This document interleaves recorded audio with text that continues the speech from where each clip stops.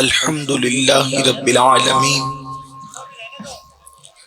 والعاقبۃ للمتقین والصلاة والسلام علی سید الانبیاء والمرسلین وعلی آلہ واصحابہ الطیبین الطاہرین اما بعد فاعوذ باللہ من الشیطان الرجیم بسم اللہ الرحمن الرحیم اليوم اکملت لکم دینکم واتممت علیکم نعمتی وردیت لکم الاسلام دینا صدق اللہ العظیم۔ غوث اعظم بمن بے سر و سما مدد قبلہ دین مدد کعبہ ایمان مدد انتظار کرم تست من عینی راہ اے خدا جو خدا بینو خدا دا مدد بگردہ بے بلا افتاد کشتی ضعیفانو شکستہ رات و پشتی بحق کے خواجہ عثمان ہارون مدد کن مدد کن مدد کن یا معین الدین چشتی۔ منبر پر رونق افروز عرش مقام سادات کرام علماء ذوی الاحترام حاضرین محفل پردہ نشین ماؤں اور بہنوں، السلام علیکم ورحمۃ اللہ وبرکاتہ۔ انتہائی احترام و عقیدت کے ساتھ اپنے اور ساری کائنات کے مرکز عقیدت انیس بے کساں چارہ ساز درد منداں، ہم غریبوں کے غم گسار، ہم فقیروں کی ثروت، شہر یار ارم تاجدار حرم نوبہار شفاعت، شب اسرا کی دولہا نوشے بزم جنت، دانائے سبل مولائے کل ختم الرسل، خسرو خوباں سیاح لامک وجہ کن فکاں، در اللہ المکنون سر اللہ المخزون، عالم ما کانا وما یکون، آبو گل انبیاء جانو دل اصفیاء، مطلع ہر سعادت مقطع ہر سیادت، خلاصہ کائنات فخر موجودات، حضور احمد مجتبی محمد مصطفیٰ، ارواحنا فدا صلی اللہ تعالی علیہ وآلہ وصحبہ وبارک وسلم کی بارگاہ بے کس پناہ میں جس طریقے سے پڑھاؤں بلند آواز سے میرے ساتھ مل کر پڑھیں، الصلاۃ والسلام علیک یا رسول اللہ، الصلاۃ والسلام علیک یا نبی اللہ، الصلاۃ والسلام علیک یا حبیب اللہ،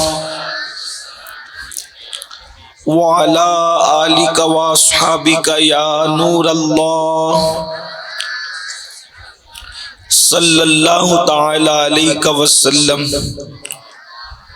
نعمتیں بانٹتا جس سمت وہ ذیشان گیا، ساتھ ہی منشی رحمت کا قلم دان گیا، لے خبر جلد کے غیروں کی طرف دھیان گیا، میرے مولا میرے آقا تیرے قربان گیا، دل ہے وہ دل جو تیری یاد سے معمور رہا، سر ہے وہ سر جو تیرے قدموں پہ قربان گیا، آہ وہ آہ کے ناکام تمنا ہی رہی، ہائے وہ دل جو تیرے در سے پر ارمان گیا، انہیں جانا انہیں مانا نہ رکھا غیر سے کام، للہ الحمد میں دنیا سے مسلمان گیا۔ آج کی یہ محفل اصلاح عقائد و اعمال کے حوالے سے انعقاد پذیر ہے، اور اعلانات کے ذریعے سے مجھے امید ہے کہ آپ لوگوں کو اطلاع ہو گئی ہوگی کہ آج کا عنوان کیا ہے۔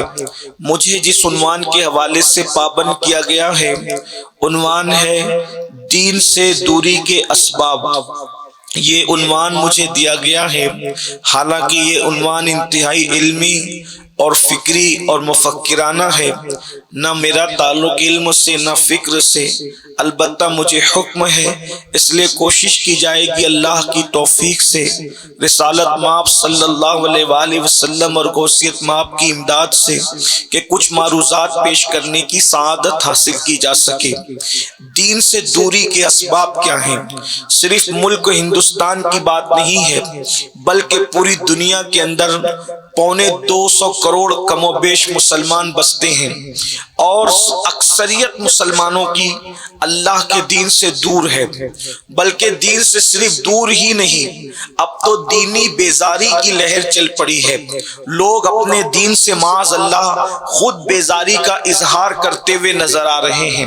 یہ بڑی دردناک صورتحال ہے۔ میرے پیارے آقا صلی اللہ علیہ وآلہ وسلم کے پیارے دیوانوں، دین سے دوری کی سب سے پہلی وجہ یہ ہے کہ ہماری قوم نے دین کو سمجھا ہی نہیں، دین کی اہمیت کو سمجھا ہی نہیں۔ دین کسے کہتے ہیں؟ مذہب کسے کہتے ہیں؟ اسلام کا حسن کیا ہے؟ اسلام کی تعلیمات کیا ہے؟ ہماری قوم کو پتہ نہیں ہے۔ ان کو ایسا لگتا ہے جیسے مسلمان باپ کے گھر میں پیدا ہو کر ہم مسلمان ہیں، بس اسلام اسی کا نام ہے، یا زیادہ سے زیادہ اسلام کس چیز کا نام ہے؟ جمعہ کی 2 رکعت پڑھ لی جائے، اس کا نام اسلام ہے۔ گوشت انڈا مچھلی کھا لیا جائے، اسی کا نام اسلام ہے۔ کسی کا انتقال ہو جائے تو جنازے میں شرکت کر لی جائے، اسی کا نام اسلام ہے۔ اسلام کو سمجھتے کیا ہو؟ اللہ اکبر! اسلام وہ مقدس دین ہے کہ صرف اسلام ہی دین ہے۔ اللہ کے نزدیک مذہب صرف اور صرف اسلام ہے۔ ان الدین عند اللہ الاسلام، اللہ کے نزدیک اگر دین کوئی ہے تو وہ صرف اسلام ہے، مذہب اگر کوئی ہے تو وہ صرف اسلام ہے۔ حضرت سیدنا آدم اسلام کے پیغمبر بن کر آئے تھے، حضرت شیس اسلام کے پیغمبر بن کر آئے تھے، حضرت نوح اسلام کے پیغمبر بن کر آئے تھے، حضرت ابراہیم، حضرت اسماعیل، حضرت داؤد، حضرت ایوب، حضرت یوسف، حضرت ذوالکفل، حضرت عزیر، حضرت عیسیٰ، یہ سب اسلام کے پیغمبر بن کر آئے تھے، اور وہی دین لے کر کے آئے تھے جس دین پر ہم چل رہے ہیں۔ اور اس کے بعد جب یہ دین لے کر مصطفیٰ جان رحمت صلی اللہ علیہ وآلہ وسلم تشریف لائے، اللہ کے آخری رسول جب تشریف لائے، ہر نبی تشریف لائے، دعوت توحید لے کر کے آئے، اللہ ایک ہے، اس کے سوا کوئی عبادت کے لائق نہیں۔ اور دوسری بات کہ آخری نبی دنیا میں تشریف لانے والے ہیں، اللہ کے محبوب دنیا میں تشریف لانے والے ہیں، اور اس کے بعد جب آخری نبی تشریف لائے تو اللہ نے ان پر اپنا دین مکمل کر دیا، اور ارشاد فرمایا الیوم اکملت لکم دینکم واتممت علیکم نعمتی ورضیت لکم الاسلام دینا۔ آج ہم نے تمہارے لیے تمہارا دین مکمل کر دیا۔ اور پھر کیا فرمایا؟ اللہ اکبر! اللہ نے اپنی ساری نعمتیں تم پر تمام کر دی، ساری نعمتیں تمام کر دی۔ پتہ چلا دین جب مکمل ہو رہا ہے تو نعمتیں بھی تمام ہو رہی ہے۔ وَأَتْمَمْتُ عَلَيْكُمْ نِعْمَتِي، اللہ کے یہاں جتنی نعمتیں تھی ساری نعمتیں اللہ نے اپنے محبوب کو عطا کر دی۔ وَأَتْمَمْتُ عَلَيْكُمْ نِعْمَتِي، نعمتیں تمام کر دی۔ یعنی پیارے اب کوئی تجھ جیسا حقدار آئے گا نہیں اور کسی کو نعمت دیں گے نہیں۔ سبحان اللہ! یہ ختم نبوت کی بھی دلیل ہے، یہ ختم آیہ مبارکہ ختم نبوت کی بھی دلیل ہے، اس لیے کہ جب اللہ نے نعمت تمام کر دی ہے تو اب کوئی حقدار آئے گا کیسے؟ اور جب ساری نعمتیں سونپ دی گئی، عطا کر دی گئی محبوب کو، اِنَّا أَعْطَيْنَاكَ الْكَوْثَرَ کہہ کر ساری کثرتیں تمہیں عطا کر دی گئی، پتہ چلا ساری نعمتیں اللہ نے محبوب کو عطا کر دی، اور محبوب کا در دکھا دیا، اللہ اکبر، اور محبوب سے کہلوا دیا واللہ یعطی انما انا قاسم، اللہ عطا کرتا ہے اور میں بانٹتا ہوں، سبحان اللہ، میں تقسیم کرتا ہوں۔ اور پھر فرمایا وَرَضِيتُ لَكُمُ الْإِسْلَامَ دِينًا، ہم نے اسلام جیسی نعمت تمہیں دے کر ہم تم سے راضی ہو گئے۔ یعنی کس سے اللہ راضی ہے یا کس سے ناراض ہے؟ اللہ راضی ہے یا ناراض ہے اس کا فیصلہ قرآن کر رہا ہے۔ جس کے پاس دین ہے اس سے اللہ راضی ہے۔ اللہ فرماتا ہے اللہ نے اسلام جیسی نعمت تمہیں دے کر وہ تم سے راضی ہو گیا۔ دین کیا ہے؟ مذہب اسلام کیا ہے؟ اچھی طرح یاد رکھنا، جو دین اسلام پر مرے گا وہ جہنم میں ہمیشہ نہیں رہے گا۔ جو دین اسلام پر مرے گا. دین کتنا اہم ہے, دین کی اہمیت سمجھو. دنیا کی کوئی نعمت دے کر اللہ ہم سے راضی نہیں ہوا, لیکن اللہ جب راضی ہوا تو کون سی نعمت دے کر؟ دین کی نعمت دے کر. اور دین کتنی اہم چیز ہے. جنت ملے گی دین کی بنیاد پر. ایک ہے دین دے اور ایک ہے دین مذہب. تو دین دے کر مذہب دے کر اللہ ہم سے راضی ہو گیا. اللہ تبارک و تعالی ہم سے راضی ہو گیا. مطلب جنت ملے گی اسلام کی بنیاد پر, ایمان کی بنیاد پر, دین کی بنیاد پر. سب سے اہم دین ہے, دین سے اہم کچھ نہیں. اب اس کو صرف سمجھنے کی دین کی اہمیت سمجھو. دین کتنا اہم ہے. نمبر ایک, اگر مکہ المکرمہ جیسا شہر ہو, دین کی اہمیت سمجھو. کیونکہ ہماری قوم نے دین کی اہمیت ہی نہیں سمجھ. بڑا مسئلہ یہ ہے کہ دین کی اہمیت ہم نے سمجھا ہی نہیں, مذہب کی اہمیت سمجھی ہی نہیں, اسلام کی اہمیت سمجھی ہی نہیں. جب آپ دین سے دوری کے اسباب تلاش کرنے کے لیے بیٹھے ہیں تو پہلا سبب ہے کہ دین سمجھو. دین اور دین کی اہمیت سمجھو. دین کی اہمیت کیا ہے؟ مکہ جیسا شہر ہے, اس میں خانہ کعبہ ہے, اس میں زمزم کا کنواں ہے, اس میں صفا مروہ ہے, اللہ اکبر, اور ہزاروں انبیاء کے مزارات اس کے سینے میں موجود ہے. ایک طرف وہ شہر ہے, ایک طرف وہ شہر ہے اور ایک طرف اللہ کا دین ہے. اب صحابہ کا امتحان ہے, مکہ قبول کرتے ہو یا اللہ کا دین قبول کرتے ہو؟ تو صحابہ نے ثبوت دیا, مکہ جیسا شہر تو چھوڑ سکتے ہیں مگر دین محمدی کو نہیں چھوڑ سکتے. سبحان اللہ. نعرہ تکبیر, نعرہ رسالت, اولاد غوث اعظم, نعرہ تکبیر. دین کی اہمیت کو سمجھو. مکہ جیسا شہر قربان کر دیں گے, مکہ المکرمہ جیسا شہر قربان کر دیں گے, اللہ کا دین نہیں چھوڑیں گے. اللہ اکبر. وطن قربان کیا, وطن کو قربان کر رہے ہیں مگر دین نہیں چھوڑ رہے ہیں, مذہب نہیں چھوڑ رہے ہیں. اللہ اکبر. اور آگے چلیں, وطن سے بڑھ کر انسان کس سے محبت کرتا ہے؟ وطن سے بڑھ کر انسان اپنی جان سے محبت کرتا ہے. جان کتنی عزیز ہے. اللہ اکبر. لوگ جان بچانے کے لیے وطن قربان کرتے ہیں. اللہ اللہ. لیکن صحابہ کو دیکھیں, اب ایک طرف خود کی جان ہے, ایک طرف مذہب اسلام ہے. احد کے میدان میں, بدر کے میدان میں, خندق کے میدان میں, خیبر کے میدان میں, حنین کے میدان میں صحابہ جان خوشی خوشی قربان کر رہے ہیں مگر اللہ کا دین چھوڑنے کے لیے تیار نہیں ہے. آپ بہت توجہ کے ساتھ آخری تک گفتگو کو یاد رکھنا جو میں تمہید کے طور پہ آپ کے سامنے پیش کر رہا ہوں. مکہ جیسا وطن, اللہ اکبر, کرناٹک کی زمین نہیں, مالیگاؤں کی زمین نہیں, مصر اور شام کی زمین نہیں, بلکہ کون سی زمین؟ بلد امین, خانہ کعبہ کی زمین اسلام بچانے کے لیے چھوڑی جا رہی ہے. پوچھو تاریخ علماء سے, سادات علماء موجود ہے. اللہ اکبر. جب اللہ کے رسول نے فرمایا اپنا دین بچانے کے لیے ہجرت کرو تو پورا مکہ خالی ہو گیا اور لوگ وہاں پہنچے. نہ کعبہ جیسی کوئی عمارت تھی, وہاں کوئی مسجد بھی نہیں تھی, کوئی مدرسہ بھی نہیں تھا. صحابہ نے ثابت کر دیا مسجد مدرسہ نہیں دیکھتے دین بچانے کے لیے. سبحان اللہ, سبحان اللہ. دین کتنا اہم تھا. اللہ اکبر. اور پھر وہاں پہنچے جسے یثرب کہا جاتا, یثرب جسے کہا جاتا تھا, وہاں پہنچے اور اللہ اکبر.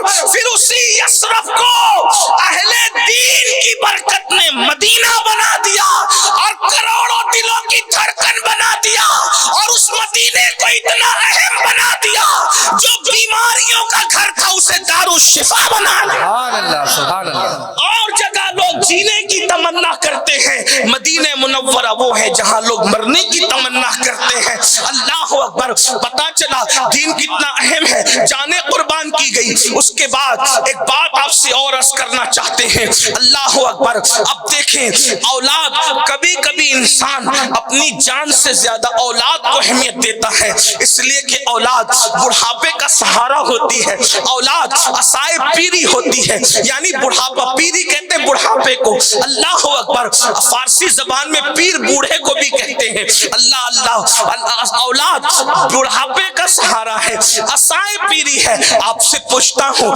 آپ کا بیٹا، میرا بیٹا کیا صورت والا ہو سکتا ہے؟ کسی کا بیٹا باپ کے مشابہ، کسی کا بیٹا ماں کے مشابہ، کسی کا بیٹا دادا دادی کے مشابہ، کسی کا بیٹا نانا نانی کے مشابہ، مگر اللہ اکبر، مظلوم کربلا، امام علی مقام، امام عرش مقام، امام حسین کے شہزادے، شہزادہ علی اکبر، ہمارے مرشد، ہمارے بادشاہ، ہمارے آقا، ہمارے ماں بابا ملجا سیدنا امام علی اکبر، ہم شبیہ پیغمبر تھے، تصویر مصطفیٰ تھے۔ تاریخ میں آتا ہے کہ جب لوگ مدینہ منورہ آتے، اللہ اکبر، تو مزار مصطفیٰ پر سلام پیش کرنے کے بعد لوگ امام حسین کے شہزادے کو ڈھونڈتے تھے، شہزادہ علی اکبر کہاں ہے؟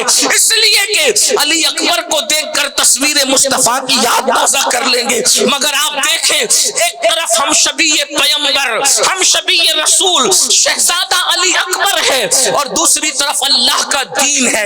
اندازہ فرمائے، اتنا خوبصورت بیٹا، اتنا حسین و جمیل بیٹا، اور یاد رکھنا علی اکبر شہزادے کو جلسے کے ناظم نے ہم شبیہ پیغمبر نہیں کہا، خاندان رسول کا اتفاق ہے، خاندان رسول کا اتفاق ہے کہ اللہ اکبر، سب سے زیادہ رسول اللہ کا اگر کوئی مشابہ تھا تو پہلے نمبر پر مشابہ سیدہ کائنات، مخدومہ کائنات، خاتون جنت، خاتون قیامت، سیدہ فاطمہ الزہرا کی ذات تھی۔ اما جان سیدہ عائشہ صدیقہ فرماتی ہے، صورت میں، سیرت میں، سخاوت میں، اٹھنے میں، بیٹھنے میں، چلنے میں، پھرنے میں، اگر سب سے زیادہ نبی کا میں نے مشابہ دیکھا ہے تو اسے فاطمہ بنت محمد کہتے ہیں۔ سبحان اللہ، سبحان اللہ، اسے فاطمہ بنت محمد، سب سے پہلے مشابہ رسول اللہ کے سیدہ فاطمہ تھی۔ سیدہ فاطمہ کے بعد حضور کا کوئی مشابہ تھا تو وہ سیدنا امام حسن مجتبی تھے، اور امام حسن کے بعد اگر خاندان میں کوئی تصویر مصطفیٰ تھے وہ سیدنا علی اکبر تھے، سبحان اللہ، شہزادہ علی اکبر تھے۔ لیکن غور کرو، ایک طرف تصویر مصطفیٰ ہے، شہزادہ علی، دوسری طرف اللہ کا دین ہے۔ امام حسین کا امتحان ہے کربلا میں، دین بچاؤ گے علی اکبر بچاؤ۔ توجہ فرمائیں، آپ غور کریں، شہنور کی سرزمین پر اس پر نور محفل میں بیٹھنے والوں، اور ساتھ ہی ساتھ موئے مبارک شریف کے پڑوس میں بیٹھنے والوں، ہم لوگوں کی تو ہمت نہیں ہوتی۔ ساتھیوں نے کرسی رکھی، میں نے کہا جہاں حضور موجود ہو وہاں میں پیر لٹکا کے کس منہ سے بیٹھا ہوں؟ ہمارا مسلک نہیں، ہمارا پورا دین ادب ہے ہمارا۔ اور آپ سے آپ کو بھی نصیحت کرتا ہوں، موئے مبارک شریف کا مطلب کیا ہے؟ حضور کے دنیا میں جتنے بھی تبرکات ہیں، سب سے افضل ترین تبرک موئے مبارک شریف، جبے سے بھی بڑا، امامے سے بھی بڑا، ٹوپی سے بھی بڑا، نالین سے بھی بڑا۔ کیوں؟ یہ سب حضور کے ملبوسات ہے، لباس ہے، حضور کے جسم کا غیر ہے، لیکن موئے مبارک شریف حضور کے جسم کا حصہ ہے۔ اور علماء یہ مسئلے سے واقف ہے کہ کل کا جو حکم ہے، کل کا جو حکم ہے، جز کا وہی حکم ہے۔ کل مطلب پورا جسم، اور جز مطلب کوئی ایک حصہ۔ تو مطلب یہ ہے کہ جہاں موئے مبارک شریف موجود ہے، جزو رسول حضور علیہ السلام کی جلوہ گری ہے۔ اللہ اکبر۔ تو بہت ادب کا مقام ہے، بہت ادب کا مقام ہے، لیکن آج اس موئے مبارک شریف کے پڑوس سے آپ گرد قرب و جوار سے آنے والوں سے پوچھتا ہوں، امام حسین کا امتحان، ہم شبیہ پیغمبر بچاؤ گے، تصویر مصطفیٰ بچاؤ گے، یا اللہ کا دین بچاؤ گے؟ نبی کے پروردہ، نبی کے کے شہزادے، نبی کے دوش پر سوار ہونے والی ہستی جس کے لیے حضور سجدے طویل کر دیتے تھے، اس حسین پاک نے کہا ایک علی اکبر کیا، اگر ہزاروں بھی ہوتے تو سب کو قربان کر کے اللہ کا دین بچایا جا سبحان اللہ، سبحان تکبیر، نعرہ رسالت۔ اگر یہ سن کر بھی آپ کو دین کی اہمیت پتہ نہیں چلتی تو پھر مجھے افسوس ہے۔ اس سے پتہ چلا دین سے بڑھ کر کچھ نہیں ہے۔ اگر ایک طرف دین، ایک طرف شہر مکہ، مکہ شہر چھوڑا جائے گا، دین بچایا جائے گا، ایک طرف جان، ایک طرف دین، جان قربان کر کے دین بچایا جائے گا، ایک طرف ہم شبیہ پیغمبر۔ اللہ اللہ، میں قیاس کروں، میرا دل چاہتا ہے کہ شہزادہ علی اکبر کی سیرت پڑھوں، لیکن عنوان وہ نہیں ہے آج۔ اللہ اکبر، اتنا عرض کر کے آگے بڑھنا چاہتا ہوں، کیا وہ شہزادہ، اللہ اکبر، اونچے قد کے لوگ مدینہ منورہ میں شہزادہ علی اکبر کے ساتھ چلنے کی ہمت نہیں کرتے تھے، اور اگر کوئی چلتا تھا تو جھک کر کے چلتا تھا۔ لوگ کہتے تھے اونچے قد والے علی اکبر کے ساتھ جھک کر کیوں چلتے ہیں؟ تو کہا جاتا تھا یہ تصویر مصطفیٰ ہے، ہمارا سایہ اس پر پڑے گا تو کئی بے ادبوں میں ہمارا شمار نہ ہو جائے۔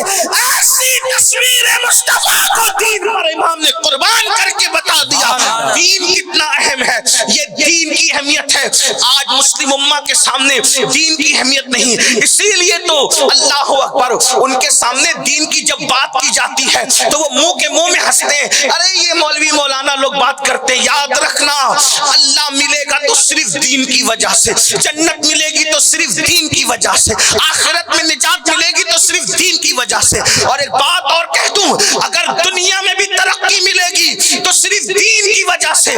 قرآن کہتا ہے وَأَنْتُمُ الْأَعْلَوْنَ إِن كُنتُم مُؤْمِنِينَ، تم ہی کامیاب ہو، تم ہی سربلند ہو اگر تم مومن ہو۔ پتا چلا مسلمانوں، ایک دور تھا بحر ظلمات میں تم نے گھوڑے دوڑائے ہیں، بحر ظلمات میں تم نے گھوڑے دوڑائے، کب تک؟ جب تک تم دین کی اہمیت کو جانتے تھے۔ افریقہ کے تپتے ہوئے صحراؤں میں اللہ اکبر تم نے اذانیں دی ہے، کلیساؤں کو تم نے خدا کی اذان سے آباد کیا ہے، کب تک؟ جب تک تم دیندار تھے۔ اقبال نے کہا ہے دی اذانیں کبھی یورپ کے کلیساؤں میں اور افریقہ کے تپتے ہوئے صحراؤں میں، دشت تو دشت ہے، دریا بھی نہ چھوڑے ہم نے، بحر ظلمات میں دوڑا دیے گھوڑے ہم نے۔ جب تک ہم دین کی اہمیت جانتے تھے جانور ہمارا کہنا مانتے تھے، جب تک دین کی اہمیت جانتے تھے دریا ہمارا کہنا مانتا تھا، سمندر ہمارا کہنا مانتے تھے۔ یہ کہانی قصہ نہیں ہے، آپ نے سنا ہوگا، مشہور روایت ہے۔ اللہ اکبر، ایک قوم ہے بڑی ظالم قوم، بڑی جابر قوم، بڑی بہادر قوم، بڑی جنگجو قوم، اس قوم کو قوم بربر کہا جاتا ہے، اسی سے بربریت ہے۔ اللہ اکبر، یہ قوم وہ ہے جس پر کسی نے حکومت نہیں کی، جس کو کوئی زیر نہ کر سکا، جس کو کوئی دبا نہ سکا۔ یہ قوم ہے حضرت طارق بن زیاد کی قوم۔ طارق ابن زیاد اسی بربر قوم کے فرزند تھے۔ یاد رکھنا، بہت بہادر تھی یہ قوم، کوئی آتا تھا مقابلہ کرنے کے لیے ٹک نہیں پاتا تھا۔ سیدنا فاروق اعظم نے فرمایا بربر قوم کا ظلم، اس کی بربریت، اس کی زیادتی اس لیے ہے کہ ان کے پاس کوئی دین پہنچا نہ سکا۔ جاؤ محمد الرسول اللہ کا دین پہنچاؤ، ہو سکتا ہے وہ قوم سمر جائے، سدھر جائے۔ اور فاروق اعظم کا فیصلہ صحیح تھا، درست تھا، لیکن کہا گیا امیر المومنین، ان کو تو ایک فائدہ یہ ملتا ہے کہ ان تک پہنچنا بھی آسان نہیں ہے، کیونکہ ان تک پہنچنے کے لیے گھنے جنگلات سے گزر کے جانا پڑتا ہے، گھنے جنگلات سے گزر کے جانا پڑتا ہے۔ امیر المومنین وہ جانوری فوجوں کا قصہ تمام کر دیتے ہیں، اس لیے وہ اچھل کود کرتے ہیں۔ وہ بہادر ہونے کے ساتھ ساتھ گھنے جنگلات کا ان کو فائدہ ملا ہے۔ امیر المومنین نے فرمایا مگر تمہیں جانا ہوگا، اللہ کے دین کے لیے جانا ہوگا۔ اور اس کے بعد صحابہ گئے، خدا کا کرنا، سورج نے این گھنے جنگل کے اندر اپنے رخ پہ نقاب ڈالنے کی کوشش کی۔ صحابہ کو تشویش ہوئی، اگر یہ سورج با نقاب ہو کر شام کی چادر کو جنگل پہ پھیلا دے گا تو اس کے بعد ہماری زندگی کا سورج غروب ہو جائے گا۔ اللہ اکبر، نوجوان اصحاب نے اور تابعین نے بزرگ صحابہ سے کہا کیا تم صحابہ کو جنگل کے درندوں کے منہ میں ڈال کر کے مار ڈالنا چاہتے ہو، اصحاب کا وجود ختم کر دینا چاہتے ہو؟ اللہ اکبر. انہوں نے کہا کیا کریں, اگر ہم پوری رات بھی چلیں گے تو رستہ جنگل ختم نہیں ہو سکتا, اس لیے پڑاؤ کہیں نہ کہیں تو جنگل ہی میں کرنا پڑے گا. جانتے ہیں اللہ اکبر, جب جوان تابعین کا دور شروع ہو چکا تھا فاروق اعظم کے دور میں, اللہ اکبر, جوان تابعین اور جونیئر اصحاب کے اصرار پر کہ کیا ہوگا, جانوں کا کیا ہوگا, جان بچاؤ جان بچاؤ جان بچاؤ, تو لشکر کا امیر ایک ٹیلے پہ چڑھتا ہے اور ٹیلے پہ چڑھ کے کہتا ہے اے جنگل کے درندوں, میں محمد کا غلام ہوں اور دین کی خدمت کے لیے جا رہے ہیں. آج جنگل میں ہم قیام کریں گے تو تمہیں جنگل خالی کرنا پڑے گا. تاریخ گواہ ہے, جنگل کے درندے اپنے بچوں کو سینے سے لگا کر جنگل خالی کرتے نظر آ اللہ. نعرے تکبیر, نعرے رسالت. یہ کب تک تھا؟ جب دین عزیز تھا, دین کی اہمیت سمجھتے تھے. آج اللہ اکبر, اپنے بچے اپنی بات نہیں مان رہے, بیوی اپنی بات نہیں مان رہی, گھروں کے اندر ہنگامے ہیں, دھماکے ہیں, تکلیفیں ہیں, مصیبتیں ہیں. کیوں؟ اس لیے کہ دین کی اہمیت نہیں. آج ہم جو لوگوں کی نظر میں ذلیل ہو رہے ہیں, رسوا ہو رہے ہیں, اگر آج ہمیں ستایا جا رہا ہے, تباہ کیا جا رہا ہے, برباد کیا جا رہا ہے, نشانے پر رکھا جا رہا ہے, دین کی اہمیت نہیں جانتے. جو قوم اپنے دین کو پیٹ کے پیچھے ڈال دے, اس ذلت اس قوم کا مقدر ہے.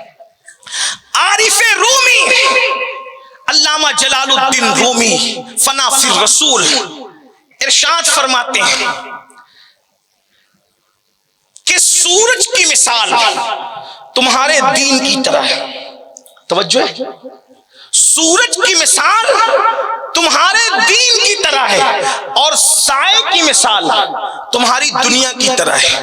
اگر تم سورج کی طرف پیٹ کرو گے تو سایہ کدھر ہوگا, کدھر ہوگا؟ اگر آپ کو سمجھ بھی آتی ہے بات تو جواب دے دے, کدھر ہوگا؟ پیٹ سورج کی طرف ہو تو سایہ کدھر ہوگا؟ آگے کی طرف ہوگا.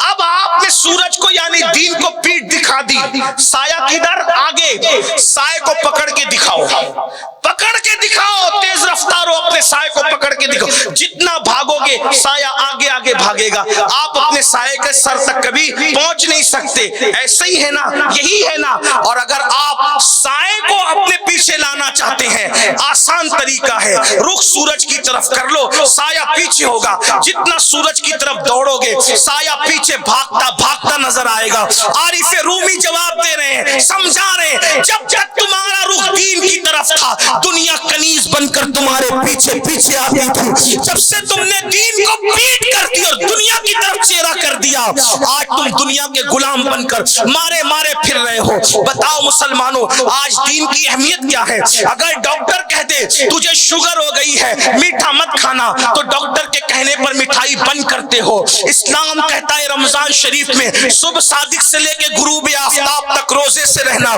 بتاؤ کیا وہ بھی مانتے ہو, وہ بھی کر رہے ہو؟ ان علماء کی ذمہ داری میں, میں سائنس کا مذاق نہیں اڑا رہا ہوں, علماء کی موجودگی میں ذمہ داری سے کر رہا ہوں. شوگر والا مٹھائی سے بچ کر اتنا فائدے میں نہیں پہنچ سکتا. روزہ رکھ کر انسان صحت کے اعتبار سے جتنے فائدے میں پہنچ سکتا ہے. یاد رکھنا, میں سائنس کا ڈاکٹروں کا مذاق نہیں اڑا رہا ہوں. کیوں؟ ڈاکٹروں کا اور سائنس کا اور حکیموں کا علم ظنی علم ہے, ظنی گمان کا علم ہے, لیکن رسول اللہ نے فرمایا جو روزہ رکھے گا وہ صحت مند ہو جائے گا. حضور نے روزہ رکھنے والوں کو صحت کی ضمانت عطا فرمائی. سبحان اللہ. کون مانتا ہے؟ ڈاکٹر کی بات تو مان رہے, اپنے نبی کی بات نہیں. پھر مرو گے نہیں, مارے نہیں جاؤ. لوگ کہتے ہیں مسلمان اس لیے مارے جا رہے ہیں, میں نے کہا مکار اس لیے مارے جا رہے ہیں, ایکٹر اس لیے مارے جا رہے ہیں. ہنسنے کی بات نہیں ہے. جس دن مسلمان دین کے معاملے میں مکر چھوڑ دے گا, منافقت چھوڑ دے گا, کسی کی ماں نے دودھ نہیں پلایا ہے کہ مسلمان کی آنکھ میں آنکھ ڈال سکے. آپ سمجھتے کیا ہے؟ جو آنکھیں خوف خدا سے روئے اس آنکھ سے آنکھ ملا کون سکتا ہے؟ لیکن جو آنکھیں رات کو زنا کی فلمیں دیکھے, پھر وہ آنکھیں تو کچلی ہی جائے گی, وہ آنکھیں تو اندھی ہی کی جائے گی, وہ آنکھیں تو نابینا ہی کی جائے گی. اللہ کے بندو, اپنے دین کی کی اہمیت جانو. دین کتنا مضبوط, دین جسے ملتا ہے اسے طاقتور بنا دیتا ہے. دین کی اہمیت کیا ہے؟ دین کمزور کرنے نہیں آیا, دین طاقتور بنانے آیا. میں آگے بات عرض کروں گا لیکن آپ کو بتانا چاہتا ہوں, دین کی اہمیت چھوڑ دی, دین کی قدر کرنا چھوڑ دی. آج یہ حال ہے مسلمانوں کا, ڈاکٹر کی بات مانیں گے, نبی کی بات نہیں مانیں. 200-250 روپے کی چپل بیچنے کے لیے اللہ کی جھوٹی قسم کھائیں گے. یہ حال ہے, یہ حال ہے. کاروبار مال کمانے کے لیے سود کے دھندے بھی کریں گے. اگر پولیس دھمکی دے دے کہ یہ کام مت کرنا, نہیں کرتے.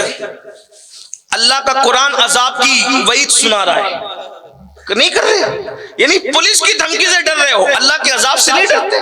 بتاؤ, اللہ کا عذاب قرآن کہہ رہا ہے ان بطش ربک لشدید.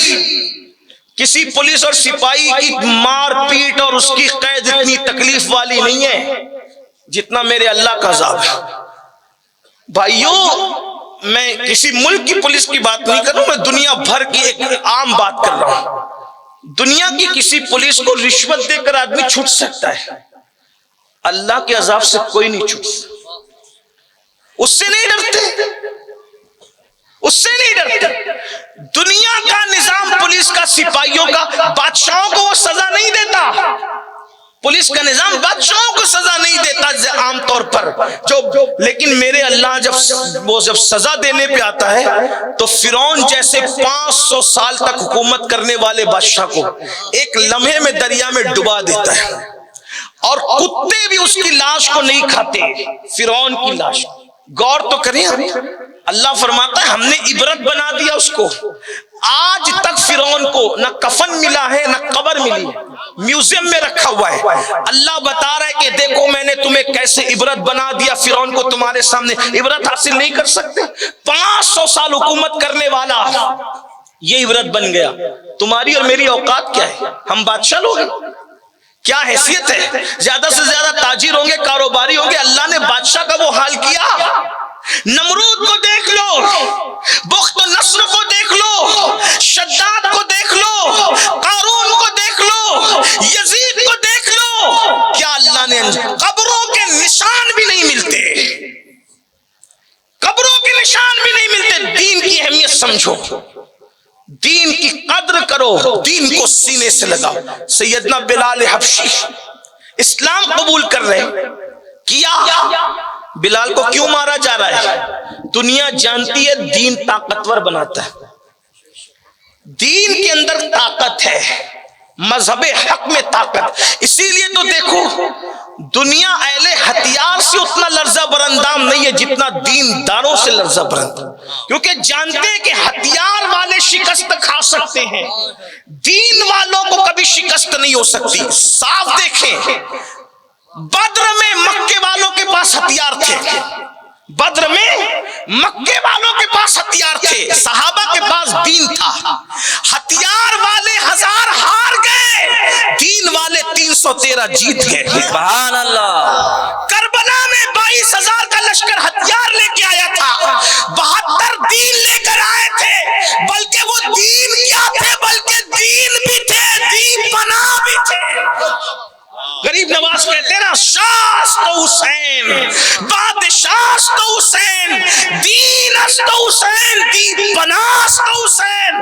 کربلا میں 22,000 ہتھیار لے کر آئے تھے, حسین دین لے کر آئے تھے. مولا 22,000 ہتھیار والے ہار گئے, 72 دین والے جیت گئے. دین یہ ہے, دین کی اہمیت یہ ہے, اور دین طاقتور بناتا ہے. بلال حبشی کو کتنا مارا, تپتے ہوئے ریت پہ لٹایا, سینے پہ پتھر رکھا اور کہتے تھے دین چھوڑ دے. تو بلال کہتے تھے احد احد احد, اللہ ایک ہے, دین نہیں چھوڑا جائے, دامن مصطفیٰ جان رحمت نہیں چھوڑا جائے.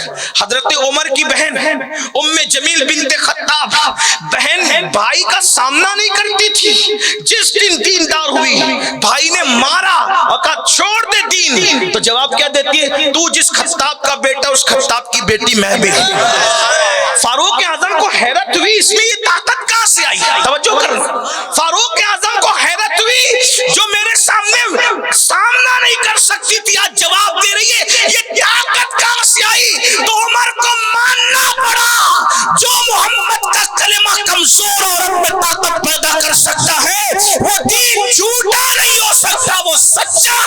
حضرت فاروق اعظم بھی کلمہ پڑھ کے مسلمان ہو گئے. سبحان اللہ. دین کی طاقت. عمر کافر نہ بنا سکے بہن کو، بہن کی استقامت نے عمر کو مسلمان بنا، فاروق اعظم کا مسلمان. یہ دین ہے، دین کی اہمیت. مگر دین کی اہمیت میری قوم نہیں جانتی. سمجھو اپنے دین کی اہمیت کو. سب سے اہم اللہ کا، اگر جان دے کر بھی بچا لو تو سستا ہے، آسان. وطن قربان کر کے بچا لو تو بھی آسان ہے. دین، اور اپنے بچوں کو بھی دین سکھاؤ. اب اس عنوان پر آخری بات، ابھی آگے 2 پوائنٹ اور عرض کرنے، اس لیے میں شارٹ کر رہا ہوں. توجہ. ہمیں کیا فکر ہوتی ہے؟ عمر بڑھتی ہے تو کیا فکر ہوتی ہے؟ میرے بعد میرے بچے رہیں گے کہاں؟ یہی فکر ہے. کاروبار کیا کریں گے؟ کھائیں گے کیا؟ کیسی زندگی گزاریں گے؟ یہی سب ہے. روٹی کپڑا مکان کے ارد گرد فکر گھومتی ہے. نبیوں کی کیا فکر تھی؟ ہمارے بعد ہمارے بچوں کا کیا؟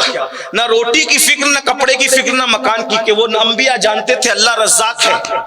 روٹی کا ٹکڑا تو کتوں کو بھی مل جاتا ہے، سونے کے لیے جگہ تو جانوروں کو بھی مل جاتی ہے. روٹی کپڑا مکان کی فکر نہ کرو.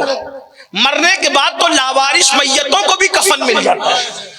جب لاوارث میتوں کو کفن ملتا ہے تو زندوں کو کپڑے کیوں نہ ملیں گے؟ سب ملتے ہیں. کوئی اہمیت نہیں ہے کپڑوں کی ہمارے یہاں، کوئی اہمیت نہیں ہے روٹی کے ٹکڑے کو ہمارے یہاں، کوئی اہمیت نہیں ہے چھتوں کو ہمارے یہاں. زندگی تو فٹ پاتھ پر بھی گزر جاتی ہے.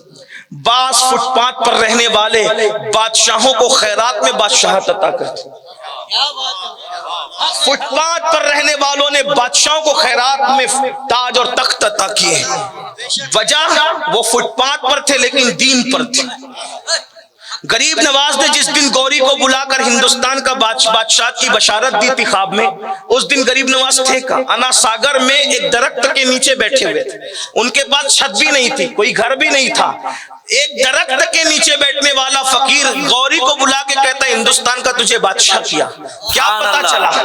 پتا کیا چلا؟ دیندار اگر درخت کے نیچے بیٹھے تو بھی حقیقی بادشاہ اس کو بادشاہی عطا کرتا ہے. آپ دین کو سمجھتے کیا ہے؟ جس دن یہ قوم دین کو سمجھ لے، نہیں سمجھ پا رہے ہو دین کو، دین کی اہمیت. اسی لیے تو 3 گھنٹے فلم دیکھنے کے لیے مل جاتا ہے، 1 گھنٹہ سیریل دیکھنے کے مل جاتا ہے، 10 منٹ نماز پڑھنے کے لیے نہیں ملتا. دین کی اہمیت نہیں جانتا. اور یاد رکھنا، اللہ کے رسول نے فرمایا اس کا دین ہے ہی نہیں جس کے پاس نماز نہیں. اللہ کے رسول کی حدیث ہے، الا لا دین لا صلاۃ لہ او کما قال الاسلام. اس کا دین نہیں جس کی نماز نہیں. یعنی اگر دیندار بننا ہے تو پہلے نماز پڑھنا پڑے گا. 10 منٹ لگتا ہے، 5 وقت کی نماز کے لیے صرف 50 منٹ ہے. کتنی بڑی سعادت ہے. حضور دینداری کا تمغہ عطا کر رہے ہیں. نکالو، دیندار بننا ہے نماز پڑھو. اور نہیں 2 رکعت جمعہ کی پڑھ کے مسجد سے بھاگ جائیں گے تو کون سے دیندار بن.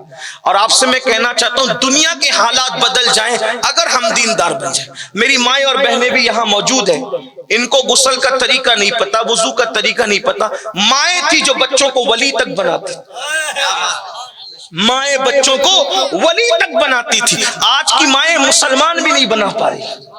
آج کی مائیں مسلمان بھی. شاید میں نے کہیں یہ بات عرض کی تھی لیکن یہاں ایک اشارہ صرف دوں. میں پوری بات کی طرف نہیں جا سکوں گا، اشارہ دوں.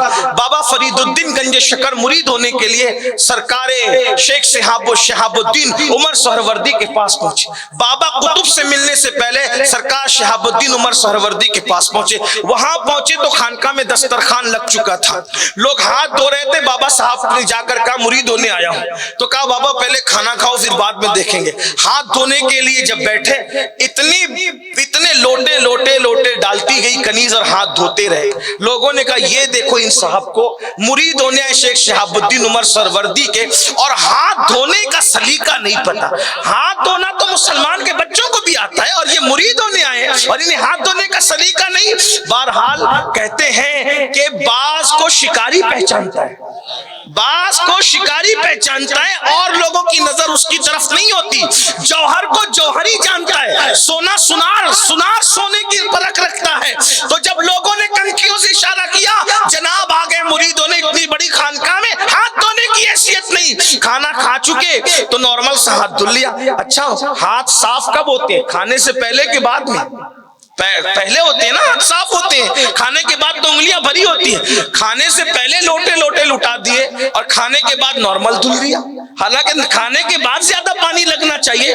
تو سرکار شہاب الدین عمر سروردی نے جان لیا، محفل کے بیٹھے ہوئے لوگ فرید کی اہمیت کو سمجھ نہیں پا رہے، کہا شہزادے مرید ہونے آئے ہو، آپ کو ہاتھ دھونے کا سلیقہ نہیں؟ تو جواب دیا سرکار گستاخی معاف ہو، یہ جو کنیز آئی تھی نا ہاتھ دھلانے، تو اس کی پیشانی پہ نظر پڑی تو تقدیر پڑھ لیا، لکھا تھا کہ اس کی تقدیر میں جہنمی ہے، سوچا اتنے بڑے ولی کی خانقاہ میں اتنی خدمت کر رہی ہے، جائے گی جہنم میں، ہاتھ نہیں دھو رہا تھا، آپ کی کنیز کی تقدیر دھو رہا تھا۔ سبحان اللہ، نعرہ تکبیر، نعرہ رسالت، رسول اللہ، ہاتھ نہیں آپ کی کنیز کی تقدیر دھو رہا تھا۔ پیر ملنے سے پہلے میرے فرید بابا کی یہ شان ہے، پوچھا گیا فرید ابھی تو مرید بھی نہیں ہوئے اور تقدیریں پڑھ کے بدلنے کا شعور مل گیا، یہ مقام ملا کہاں سے؟ کہا میری ماں نے مجھے اس مقام تک پہنچایا۔ یہ مائیں تھی، آج ماؤں کو خود دین نہیں پتا وہ کیا دین۔ میں لوگوں کو یہ بات کہتا ہوں، لوگ کربلا سے حیران ہیں، اپنے بیگانے سب حیران ہیں، کربلا کربلا کربلا، کربلا نے اسلام کو زندہ رکھا ہے۔ میں نے کہا خدا کی عزت کی قسم، امام حسین کبھی حسین نہ بنتے اگر فاطمہ جیسی ماں کی تربیت نہ ہو۔ سبحان اللہ، کربلا کا پورا صحرا اگر کسی کے سر سجتا ہے اسے سیدہ فاطمہ الزہرا کہتے ہیں۔ آپ کیا سمجھ رہے ہو دین کو؟ اور ماؤں کو، اسی لیے آج ماؤں کو بگاڑنے کی کوشش ہے، ان کے دماغ میں بھوت بھوت سوار کر دو کہ اسلام تو ظلم کرتا ہے، اسلام تو پردے میں رکھتا ہے، اسلام تو 2 نمبر کا درجہ دیتا ہے۔ آپ غور کریں، اسلام جو مقام دیتا ہے بیٹی کو، آپ دین سمجھ ہی نہیں رہے ہو، آپ تو صرف اس کے کہنے پر کوا کان لے گیا، پریشان ہو۔ آپ نے یہ محرم میں 50 مرتبہ سنا کیا کہ اللہ کے رسول سیدہ کے لیے اٹھ کے کھڑے ہو جاتے، اس پہ نعرہ لگاتے، کبھی سوچا سیدہ ہے کون؟ رسول اللہ کی شہزادی ہے، تو نبی نے بیٹی کو مقام کیا دیا؟ جب لوگ اپنی بیٹیوں کو زندہ دفن کر رہے تھے اس وقت تو نبیوں کا امام اپنی بیٹی کے لیے اٹھ کر کے کھڑے ہو رہے تھے۔ اس تناظر میں بھی تو دیکھو، اس تناظر میں بھی تو دیکھو، اللہ اکبر۔ اور پھر بات سیدہ فاطمہ الزہرا کی آگے ایک بات کہنا چاہتا ہوں، علماء کی خدمت میں سبق سنانے کے لیے اور آپ سے دعا لینے کے لیے۔ کہتے ہیں کہ ماں اولاد کی جنت ہوتی، نیک بیوی شوہر کی جنت ہوتی ہے نا۔ سیدہ فاطمہ الزہرا کی عظمت کو کون بیان کرے گا؟ اگر وہ ماں ہے تو کس کی ماں ہے؟ جنتیوں کی نہیں، صرف جنت کے جوانوں کے سرداروں کی ماں ہے۔ تو جنت کے جوانوں کی سرداروں کی جنت، توجہ کر لیں اگر اس پر بات سمجھ میں آتی ہے تو، اور اگر پسند آئے تو دعا کر دینا کہ سیدہ کی توجہ میری اور میرے خاندان اور آپ کی طرف بھی ہو جائے، تاکہ سیدہ کی خیرات مل جائے۔ سیدہ کس عورت کا، کس ہستی کا، کس مقدس خاتون کا نام ہے؟ اللہ اکبر، جنتی جوانوں کے سرداروں کی جنت، جس کے قدموں میں ہے اسے فاطمہ الزہرا کہتے ہیں۔ اندازہ فرمائے کیا ہستی ہے، اور وہ کون ہے؟ میرے نبی کی بیٹی۔ ہائے ہائے، دیکھیں تو بیٹی کو کتنا بلند کیا، بیٹی کو کتنا۔ ہمارے مذہب سے بڑھ کر بھی کوئی بیٹی کو بلند کر سکتا، لیکن کچھ شکوک و شبہات پیدا ہوتے ہیں۔ میں کسی کو طنز نہیں کر رہا ہوں، ہم صوفیہ کے غلام ہیں، ہم طنز کرنے والے لوگ، لیکن آپ کو بتاؤ لوگ کیا کہتے ہیں، یار مذہب اسلام میں سب کچھ اچھا ہے، عورتوں کو ورگلانے کے لیے جال کیا بچھاتے ہیں؟ یہ 4 عورتوں کا حکم کیوں ہے اسلام میں؟ بس وہیں پر آ کر غبارے سے ہوا نکلتی، ہاں یار یہ تو نہیں ہونا چاہیے، ہے نا؟ ایسے ہی کہتے ہو آپ، بہت پڑھے لکھے ہو نا، دین کا کوئی علم نہیں، دین کی اہمیت نہیں ہے اس لیے دین سے دور ہو، دین کا علم نہیں ہے اس لیے دین سے دور۔ دوسری وجہ اگر علم ہونا دین کا، اب بہنیں بھی سوچتی ہوگی یار یہ مولوی لوگ یہ تائید کرتے ہیں کہ 4 بیویوں کا حکم ہے. پہلے تو میں کہوں کہ یہ 14ویں صدی کا سب سے بڑا جھوٹ ہے، فراڈ ہے، دھوکہ ہے کہ اسلام نے 4 بیویوں کا حکم دیا. میں قرآن کا ادنا سا طالب علم ہونے کی حیثیت سے چیلنج کرتا ہوں کوئی ثابت کرے کہ اسلام نے 4 بیوی کا حکم دیا. جھوٹ ہے، کذاب ہے، فریب ہے. کوئی 4 بیوی کا ہمارے یہاں حکم نہیں ہے. اگر حکم ہوتا تو یہ مولانا حضرات ایک ایک بیوی پہ اکتفا کرتے ہیں؟ حکم ہوتا جو فجر میں ٹھنڈی میں اٹھ کر سب سو رہے ہو مسجد تک جائے، نماز کا حکم ہے تو ٹھنڈی بھی نہیں دیکھ رہا ہے، نماز کا حکم ہے تو تنہائی بھی نہیں دیکھ رہا ہے. تو بیوی میں تو انسان کے لیے اللہ نے سکون رکھا ہے، تو پھر ایک سکون کیوں 4 نہ جمع کر لیتے؟ حکم نہیں ہے تو پھر کیا ہے؟ میں نے کہا یہی بات ہے، بولتے ہو اوقات نہیں ہے دین سمجھنے کی، اور دوسرے کی بات کوا کان لے گیا، آپ بھی اس میں پریشان ہو. اجازت ہے، حکم اور اجازت میں فرق ہے. حکم کیا؟ پیر صاحب کہیں جب تک میری تقریر چالو ہے کھڑے رہنا، حکم ہے. اور اجازت میرے بچوں، میرے بھائیوں، میرے مریدوں، میرے شاگردوں، پیر صاحب کہ اگر چاہو تو کھڑے رہو، چاہو تو بیٹھ جاؤ. یہ اجازت ہے نا، یہ فرق ہے. اب نمبر 2، چلے بھائی اجازت بھی دی تو کیوں دی 4 کی؟ ہم نے کہا بیک گراؤنڈ تو سمجھو دین کا، علم نہیں ہے نا اس لیے پریشان ہو. علم دین سیکھو، ڈاکٹر بن رہے ہو، انجینئر بن رہے ہو، لائر بن رہے ہو، جج بن رہے ہو، سب بن رہے ہو. اتنا علم ہر آدمی عالم نہیں بن سکتا، اتنا تو سیکھ لو جتنا فرض ہے، تاکہ کسی کے فریب میں نہ ہو، مکر میں نہ ہو. میں آپ کے سامنے بات رکھتا ہوں، ابھی آپ سچ کہنا، اللہ کی قسم سچ کہنا. میں بہنوں سے بھی پوچھتا ہوں سچ کہنا. اسلام آیا کس ماحول میں؟ جب لوگوں کی 900 بیویاں ہوتی تھی تب اسلام آیا.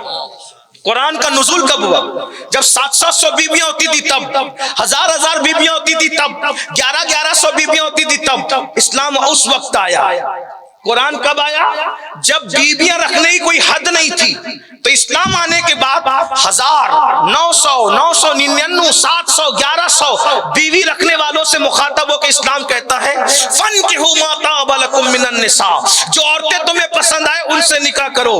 کتنی مثنی و ثلاث و رباع، 2 کر لو، 3 کر لو، 4 پہ بس کرو. لیکن 4 بھی اسی وقت. اللہ تعالی قرآن فَإِنْ خِفْتُمْ أَلَّا تَعْدِلُوا فَوَاحِدَةً، اگر ان کے درمیان انصاف نہیں کر سکتے تو ایک ہی کرنا. بتاؤ ہزاروں کرنے والے کو قرآن نے کان کھینچ کر پابند کر دیا. ہزاروں سینکڑوں نہیں کر سکتے، صرف 4 کر سکتے ہو، اور 4 میں بھی شرط لگا دی انصاف کر سکتے ہو تو کرنا، ورنہ ایک ہی پر گزارا کرنا. سبحان اللہ. بتاؤ سینکڑوں کو 4 پہ مقید کرنے والا اسلام عورت پہ ظلم کر رہا ہے کہ عورت پر احسان کر رہا ہے؟ دیکھو کیا اسلام ہے، لیکن معلوم نہیں ہے، دین کا علم نہیں ہے. پھر لوگ کہتے ہیں پھر یہ طلاق کا قانون کیوں ہے، 3 طلاق کا قانون، کتنا ظلم ہے عورت پر. ہم نے کہا اس کا بیک گراؤنڈ بھی سمجھو، دین کا علم نہیں ہے نا اس لیے.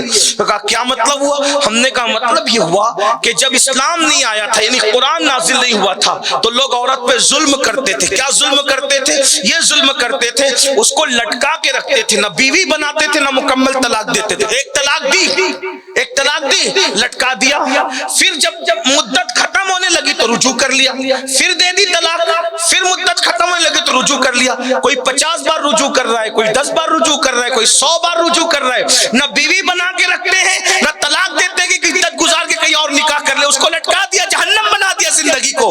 جب قرآن نے دیکھا بیوی کو لٹکا کے رکھتے ہیں، مکمل طلاق نہیں دیتے کہ کہیں اور نکاح کر لے، نہ بیوی بنا کے رکھتے ہیں، 10 بار رجوع کر رہے ہیں، 50 بار کرے، تو قرآن نے آ کر کہا الطلاق مرتان، طلاق صرف 2 مرتبہ ہے. 2 بار رجوع کرو گے بس اتنی مدت ہے، تیسری بار رجوع کر نہیں سکتے، اس کو لٹکا نہیں سکتے. تیسری بار طلاق دو گے اب رجوع کرنے کا تمہارا حق ختم ہو گیا، اب وہ کہیں بھی تک گزار کر کے خود بخود نکاح کر سکتی ہے. بولو عورت پر ظلم ہے یا عورت پر احسان ہے؟ لٹکی ہوئی عورت کو نئی زندگی اسلام نے عطا کی، مگر کیوں؟ علم دین آپ کے پاس نہیں ہے. اس سلسلے میں ایک بات آپ سے کہتا ہوں، ہمیں کوئی جذبات میں آنے کی ضرورت نہیں. حالات کا لوگوں کو خوف آپ کے دین سے. دین بہت طاقتور چیز ہے. یہی دین ہے جب عرب کے بوریا نشینوں کو ملا تو عرب کے بوریا نشین کیسر و کسرا کے تاجدار بن گئے. یہی دین ہے. جب ملا عرب کے بکری چلنے والے بکری سنبھالنے والوں، میں چرواہا نہیں کہوں گا، اس لیے کہ ہمارا مسلک مکمل ادب ہے۔ اگر کوئی بادشاہ عاجزی سے چپل سی لے تو اس کو موچی نہیں کہتے، بادشاہ ہی کہتے ہے نا۔ اگر کوئی بادشاہ اپنے ہاتھ سے پیون لگا لے کپڑے پر تو اسے درزی نہیں کہتے، اسے بادشاہ ہی کہتے ہیں۔ خدا کی عزت کی قسم، نبی کے اصحاب اگر بکریوں کو سنبھالنے گئے ہیں عاجزی میں، ہم انہیں چرواہا نہیں کہتے، بکریوں کا نگہبان کہتے ہیں، ان کی عاجزی پہ محمول کرتے ہیں۔ تو عرب کے وہ لوگ جو بکریوں کے پیچھے چلے تھے، ایک وقت وہ آیا کہ زمانہ ان کے پیچھے چلنے لگا۔ یہ صرف دین مصطفی کی برکت ہے، یہ دین کی برکت ہے۔ آؤ اپنے بچوں کو دین سکھاؤ، فرض علوم کورس سکھاؤ، علم دین۔ ایک بات میں نے لوگوں کو بتائی تھی، وہ بھی آپ سن لے، پھر بات ختم کرتے، اینڈ کی طرف چلتے ہیں، اختتام کی طرف۔ پہلی بات، دین کی اہمیت نہیں اس لیے دین سے دور ہو۔ نمبر دو، دین کا علم نہیں ہے اس لیے دین سے دور۔ جس دن آپ کو دین کا علم پتہ چلے گا، آپ کو آپ کے مذہب سے خوبصورت کچھ نظر ہی نہیں ہے۔ بہت خوبصورت ہے ہمارا دین۔ اپنی ہستی کا اگر حسن نمایاں ہو جائے، انسان اپنے انوار پہ شیدا ہو جائے، اپنی ہستی بہت خوبصورت ہے۔ اور یاد رکھنا، آج نہیں تو کل صحیح، پوری دنیا کا مذہب اسلام ہو۔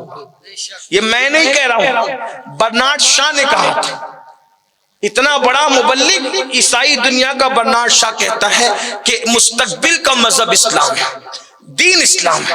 اللہ اکبر۔ ایک بات آپ سے کہتا ہوں، دیکھو اسکول کے کالج کے لڑکے لڑکیاں اگر ارتداد کی طرف، کفر کی طرف، الحاد اور بے دینی کی طرف جا رہے ہیں، ہم نے اپنے بچوں کو سائنس پڑھایا، دین نہیں پڑھایا، جغرافی پڑھایا، دین نہیں پڑھایا، اور ارضیات فلکیات پڑھایا، دین نہیں پڑھایا۔ دین پڑھاؤ، دین۔ اور دین کیا ہے اس کو ایک آپ کو سمجھاتے ہیں۔ دیکھیں، ایک آرٹیکل کسی نے لکھا تھا، ایک شخص بڑا سنار تھا، سنار سمجھتے ہیں ہے نا، زیورات بناتے ہیں، اچانک مر گیا۔ بہت بڑا مالدار آدمی تھا، بیوی چھوڑ کے مرا اور بچہ، سب کچھ بیچتے رہے، آخری میں دکان بھی بک گئی، سب بک گیا، بیٹھ بیٹھ کے کھا رہے تھے۔ کہتے ہیں کہ بیٹھے بیٹھے تو دریا کا پانی ختم ہو جاتا ہے، دولت کیا چیز ہے، سب ختم ہو گیا۔ ایک دن بیوہ نے، اس سنار کی بیوہ نے اپنے ننھے سے بچے سے کہا، جو ابھی جوانی کی طرف بڑھ رہا تھا، بیٹا تیرے باپ کا اب سب ختم ہو گیا، ایک ہار بچا ہے، لیکن ہے وہ ہار بڑا قیمتی۔ توجہ کرنا، میں بات کو اینڈ کی طرف جلدی لے جا رہا ہوں، لیکن بہت خاص بات، دین سے دوری کے اسباب، دین کی اہمیت نہیں پتا اور علم دین نہیں پتا، دین کی تعلیم نہیں پتا۔ فائدہ کیا ہے دین کی تعلیم کا؟ فائدہ کیا؟ سن لو۔ تو اس نے کہا، کیا کہا؟ یہ ہار لے کے جاؤ اور اپنے چچا کے پاس بیچ دو، بڑا قیمتی ہار ہے، ہم نئی دکان بنا لیں گے اس کو بیچ کے۔ بچہ لے کے چلا ہار۔ سنار کی بیوی بھی سنار تو نہ تھی نا، وہ گھر کی خاتون تھی، بچہ بھی ابھی سنار نہیں بنا تھا، وہ بھی نہ تجربے کار تھا۔ چچا کے پاس چلا، کہا چچا میرے ابا یہ بڑا قیمتی ہار چھوڑ کے گئے، سب بک گیا، یہی بچہ ہے، چچا اس کی قیمت دے دو، ایک نئی دکان میں بھی کھول لوں۔ چچا بڑا دانشمند تھا، ہوشیار تھا، اس نے کہا بیٹا یہ ہار بہت قیمتی ہے، جتنا تم سمجھتے اس سے زیادہ قیمتی ہے، لیکن اس کو ابھی بیچنے کا وقت نہیں آیا، اس کو رکھ دو، اگر ابھی دکان بنا لو گے تو تمہیں تو کچھ گر بھی نہیں معلوم سناری کے، کیسے دکان چلاؤ گے؟ ایک کام کرو، میرے یہاں نوکری پر آ جاؤ، میں تمہیں مہینے مہینے تنخواہ دوں گا، تمہارا گھر چلے گا، جب بڑے ہو جانا ہار بیچ کر کے پھر تم دکان بنا لینا، پھر تم اپنی دکان خود چلانا۔ اس کو مشورہ پسند آیا، چچا کے یہاں نوکری کرنے لگا۔ چچا نے سناری کے سارے گر سکھا دیے۔ جب بھتیجا بڑا ہو گیا تو چچا بھتیجے بیٹھے تھے، تو بھتیجے سے چچا نے کہا بیٹا وہ ہار جو تم بچپنے میں لائے تھے نا، وہ ہار بڑا قیمتی تھا، لاؤ ذرا بیچ کر اب تمہاری دکان بنا لے۔ اس نے کہا چچا چھوڑو اس ہار کا قصہ، چھوڑیے اس ہار کا، کیا اس ہار میں؟ نہیں وہ ہار لاؤ بڑا قیمتی تھا۔ کہا چچا وہ ہار نقلی ہے۔ کہا بیٹا اسی دن کا انتظار تھا، اگر اس دن میں تجھے کہتا نا کہ ہار نقلی ہے تو تو کہتا کہ ہماری غربت کا چچا مذاق اڑا رہا ہے، مجبوری کا فائدہ اٹھا رہا ہے، تو میں نے اس دن نہیں کہا نقلی ہے، میں نے تجھے اصلی اور نقلی کی پہچان عطا کر دی ہے، تو اب تو خود کہہ رہا ہے کہ وہ نقلی ہے۔ اپنے بچوں کو اتنا علم دے دو کہ تمہارے بچے اصلی اور نقلی کے اندر پہچان حاصل کر سکے، تاکہ دنیا کا کوئی ملحد تمہارے بچوں کو بے دین نہ بنا سکے۔ محمد رسول اللہ کی اپنی زندگی اتنی پڑھا دو بلکہ اب کہنے لگا ہوں پڑھا دو مت بلکہ اتنا پلا دو، کیونکہ پورا کی پورا دین محمد رسول اللہ ہے۔ مصطفیٰ برسا خیشوا کے دی ہم ہوس، اگر بہو نہ رسیدی تمام بولا بیس۔ اگر کوئی مجھ سے پوچھے ایک جملے میں بتا دین کسے کہتے ہیں تو میں کہوں گا سراپا محمد رسول اللہ دین ہے۔ جو ان کے قدموں میں آ جائے دیندار ہے، جو ان کے قدموں سے دور ہو جائے ابو لہب میں اس میں کوئی فرق نہیں۔ اپنے نبی کی محبت، اپنے نبی کی الفت، اپنے نبی کا پیار، اپنے نبی کی سیرت، اپنے نبی کے فضائل، اپنے نبی کے مناقب، اپنے نبی کے معجزات بچوں کو پڑھاؤ نہیں بلکہ پلا دو، تاکہ تمہارے بچوں کو جب کہیے کہ محمد کیا تھے، کوئی پوچھے محمد کیا تھے تو وہ کہا جائے بول تو کس کی بات کرتا ہے، تو مانتا کس کو ہے؟ اگر وہ کہے گا کہ میں حضرت عیسیٰ کو ماننے والا ہوں تو کہا حضرت عیسیٰ کیا تھے، وہ ہم تو ان کو مانتے ہیں لیکن کلمہ ہم اپنے نبی کا پڑھتے ہیں۔ حضرت عیسیٰ کیا تھے؟ کہنے والا کہے گا کہ عیسیٰ نے تو مردوں کو قم بسم اللہ کہا تو مردے زندہ کر دیے، تو ہمارا بچہ جواب دینا چاہیے معجزہ بڑا ہے لیکن مردوں کو زندہ کرنا یہ عیسیٰ علیہ السلام کا معجزہ ہے، لیکن پتھروں کو زندگی دینا یہ محمد الرسول اللہ کی شان۔ نعرے تکبیر، نعرے رسالت، پلا دو محمد الرسول اللہ کی ذات، بتا دو۔ اگر کوئی کہے میں حضرت عیسیٰ کا ماننے والا ہوں، حضرت موسیٰ کا ماننے والا ہوں، کہ حضرت موسیٰ کیا تھے؟ کہ پتھر پہ عصا مارا تو پانی کے چشمے جاری ہو گئے۔ کہنے والا ہمارا بچہ کہے گا بڑی بات ہے، پتھر اور عصا سے پانی کا چشمہ جاری ہو گیا، بڑی بات ہے، لیکن میں اس محمد عربی کا کلمہ پڑھتا ہوں، نہ وہاں عصا کی ضرورت نہ پتھر کی ضرورت۔ جب پیاسے آتے ہیں تو انگلیوں سے پانی کے چشمے جاری ہو جاتے ہیں، انگلیاں ہیں فیض پر، ٹوٹے ہیں پیاسے جھوم کر، ندیاں پنجاب رحمت کی ہے جاری، واہ واہ اللہ اکبر۔ یہ اپنے نبی کی شان ہے، حضور کی شان بتانی ہوگی، اللہ اکبر۔ کوئی کہے اترا کر ہم تو چاند پر جانے والے ہیں، ہم نے کہا 1450 سال ہو گئے ابھی صرف بات کر رہے ہو بات، اور اگر چلے بھی جاؤ اگلی صدی میں تو چاند پہ جا کے جب سینہ تان کے کہو گے نا کہ ہم چاند پر آ گئے تو کوئی کہے گا ابھی چاند پہ آیا ہے لیکن امامنا کا لال اتنی اوپر گیا ہے کہ عرش بھی قدموں کے نیچے ہے، سدرہ بھی قدموں کے نیچے ہے، اتنی ترقی کر کے تم نالین محمد کی ابھی آگے نہ بڑھ سکتے۔ سبحان اللہ۔ یہ اپنے نبی کی سیرت پلاؤ، اپنے نبی کی سیرت بتاؤ، کیونکہ دین حضور کی ذات ہے۔ دین سے دوری کی وجہ ایک یہ بھی ہے کہ آج نمازوں پہ تقریر تو ہو رہی ہے، فضائل رسالت پر گفتگو نہیں ہے، فضائل رسالت پر گفتگو نہیں۔ اور میں آپ سے کہنا چاہتا ہوں نماز کی اہمیت، روزے کی اہمیت، حج کی اہمیت، زکات سب اپنی جگہ ہے، یہ علماء بھی گواہی دیں گے، آپ بھی گواہی دیں گے۔ میرا سارا دکھڑا تو یہی ہے کہ میں فضائل پر ہی بات کرتا ہوں، لیکن ایک بات کہتا ہوں، نماز روزہ حج اور زکات پر محنت کرنے سے زیادہ ذات رسالت پلانے پہ محنت کرو، کیونکہ جو حضور سے عشق کرے گا اس کو نماز کی دعوت دینے کی ضرورت نہیں پڑے گی۔ جب وہ سنے گا نا کہ نماز میں نبی کی آنکھوں کی ٹھنڈک ہے تو بولے گا میں کیسا عاشق کہ اپنے محبوب کی آنکھوں کو ٹھنڈک نہیں پہنچا رہا ہوں، جھوٹ بولوں گا تو نبی کا دل دکھے گا، وعدہ خلافی کروں گا تو آقا کا دل دکھے گا، یہی سب تو وہ سوچے گا تو وہ خود ہی سدھر جائے گا۔ اس لیے حضور کا عشق پلاؤ، کیونکہ پورا کے پورا دین حضور علیہ السلام کی ذات ہے، اور خدا کی عزت کی قسم حضور ہیں ایسے، اللہ کی عزت کی قسم حضور ہیں ایسے، جس کو پتا چل جائے حضور کیا ہے تو یاد رکھنا جملہ آپ سے عرض کروں، نمازی کو بگاڑنا آسان ہے، روزے دار کو بگاڑنا آسان ہے، حاجی کو بگاڑنا آسان ہے، اور قاری کو بگاڑنا آسان ہے، عالم محدث کو بھی بگاڑنا آسان ہے، عاشق رسول کو بگاڑنا آسان نہیں ہے۔ یاد رکھنا، اچھی طرح یاد رکھنا، محدث بگڑ سکتا ہے، مفتی بگڑ سکتا ہے، خطیب بگڑ سکتا ہے، ادیب بگڑ سکتا ہے، مناظر بگڑ سکتا ہے، عاشق رسول کبھی بگڑ نہیں سکتا، اس لیے کہ عشق والوں کی رسائی رسائی ڈائریکٹ محبوب تک ہوا کرتی ہے۔ اللہ میرے امام کہتے ہیں بہت اچھے لب و لہجے میں کہتے ہیں سن لے آدھا میں بگڑنے کا نہیں، کیا ناز ہے کیا انداز ہے، کہتے سن لے آدھا میں بگڑنے کا نہیں، وہ سلامت ہے بنانے والے، جگمگا اٹھی میری گور کی خاک تیرے قربان چمکنے والے، اللہ اکبر حسن تیرا سا نہ دیکھا نہ سنا، کہتے ہیں اگلے زمانے والے، کیا مہکتے ہیں مہکنے والے، وہ پہ چلتے ہیں بھٹکنے والے، اور کیوں رضا آج گلی سنی ہے، اٹھ میرے دھوم مچانے والے۔ تو آخری بات آج کی محفل کی یہ، دین کی اہمیت نہیں جانتے اس لیے دین سے دور ہو، علم دین نہیں جانتے اس لیے دور ہو، اور تیسری بات حضور علیہ السلام کی سیرت پتہ نہیں، حضور علیہ السلام کی زندگی پتہ نہیں اس لیے دین سے دور ہو، اور سب سے بڑی بات یہ آؤ آقا کے قریب آؤ، حضور کے قریب آؤ، حضور نقطہ اتحاد ہے، حضور مرکز ہے، حضور محور ہے، حضور ایمان ہے، حضور ایمان کا ایمان ہے، حضور جانی ایمان ہے، اللہ اکبر حضور اصل ایمان ہے۔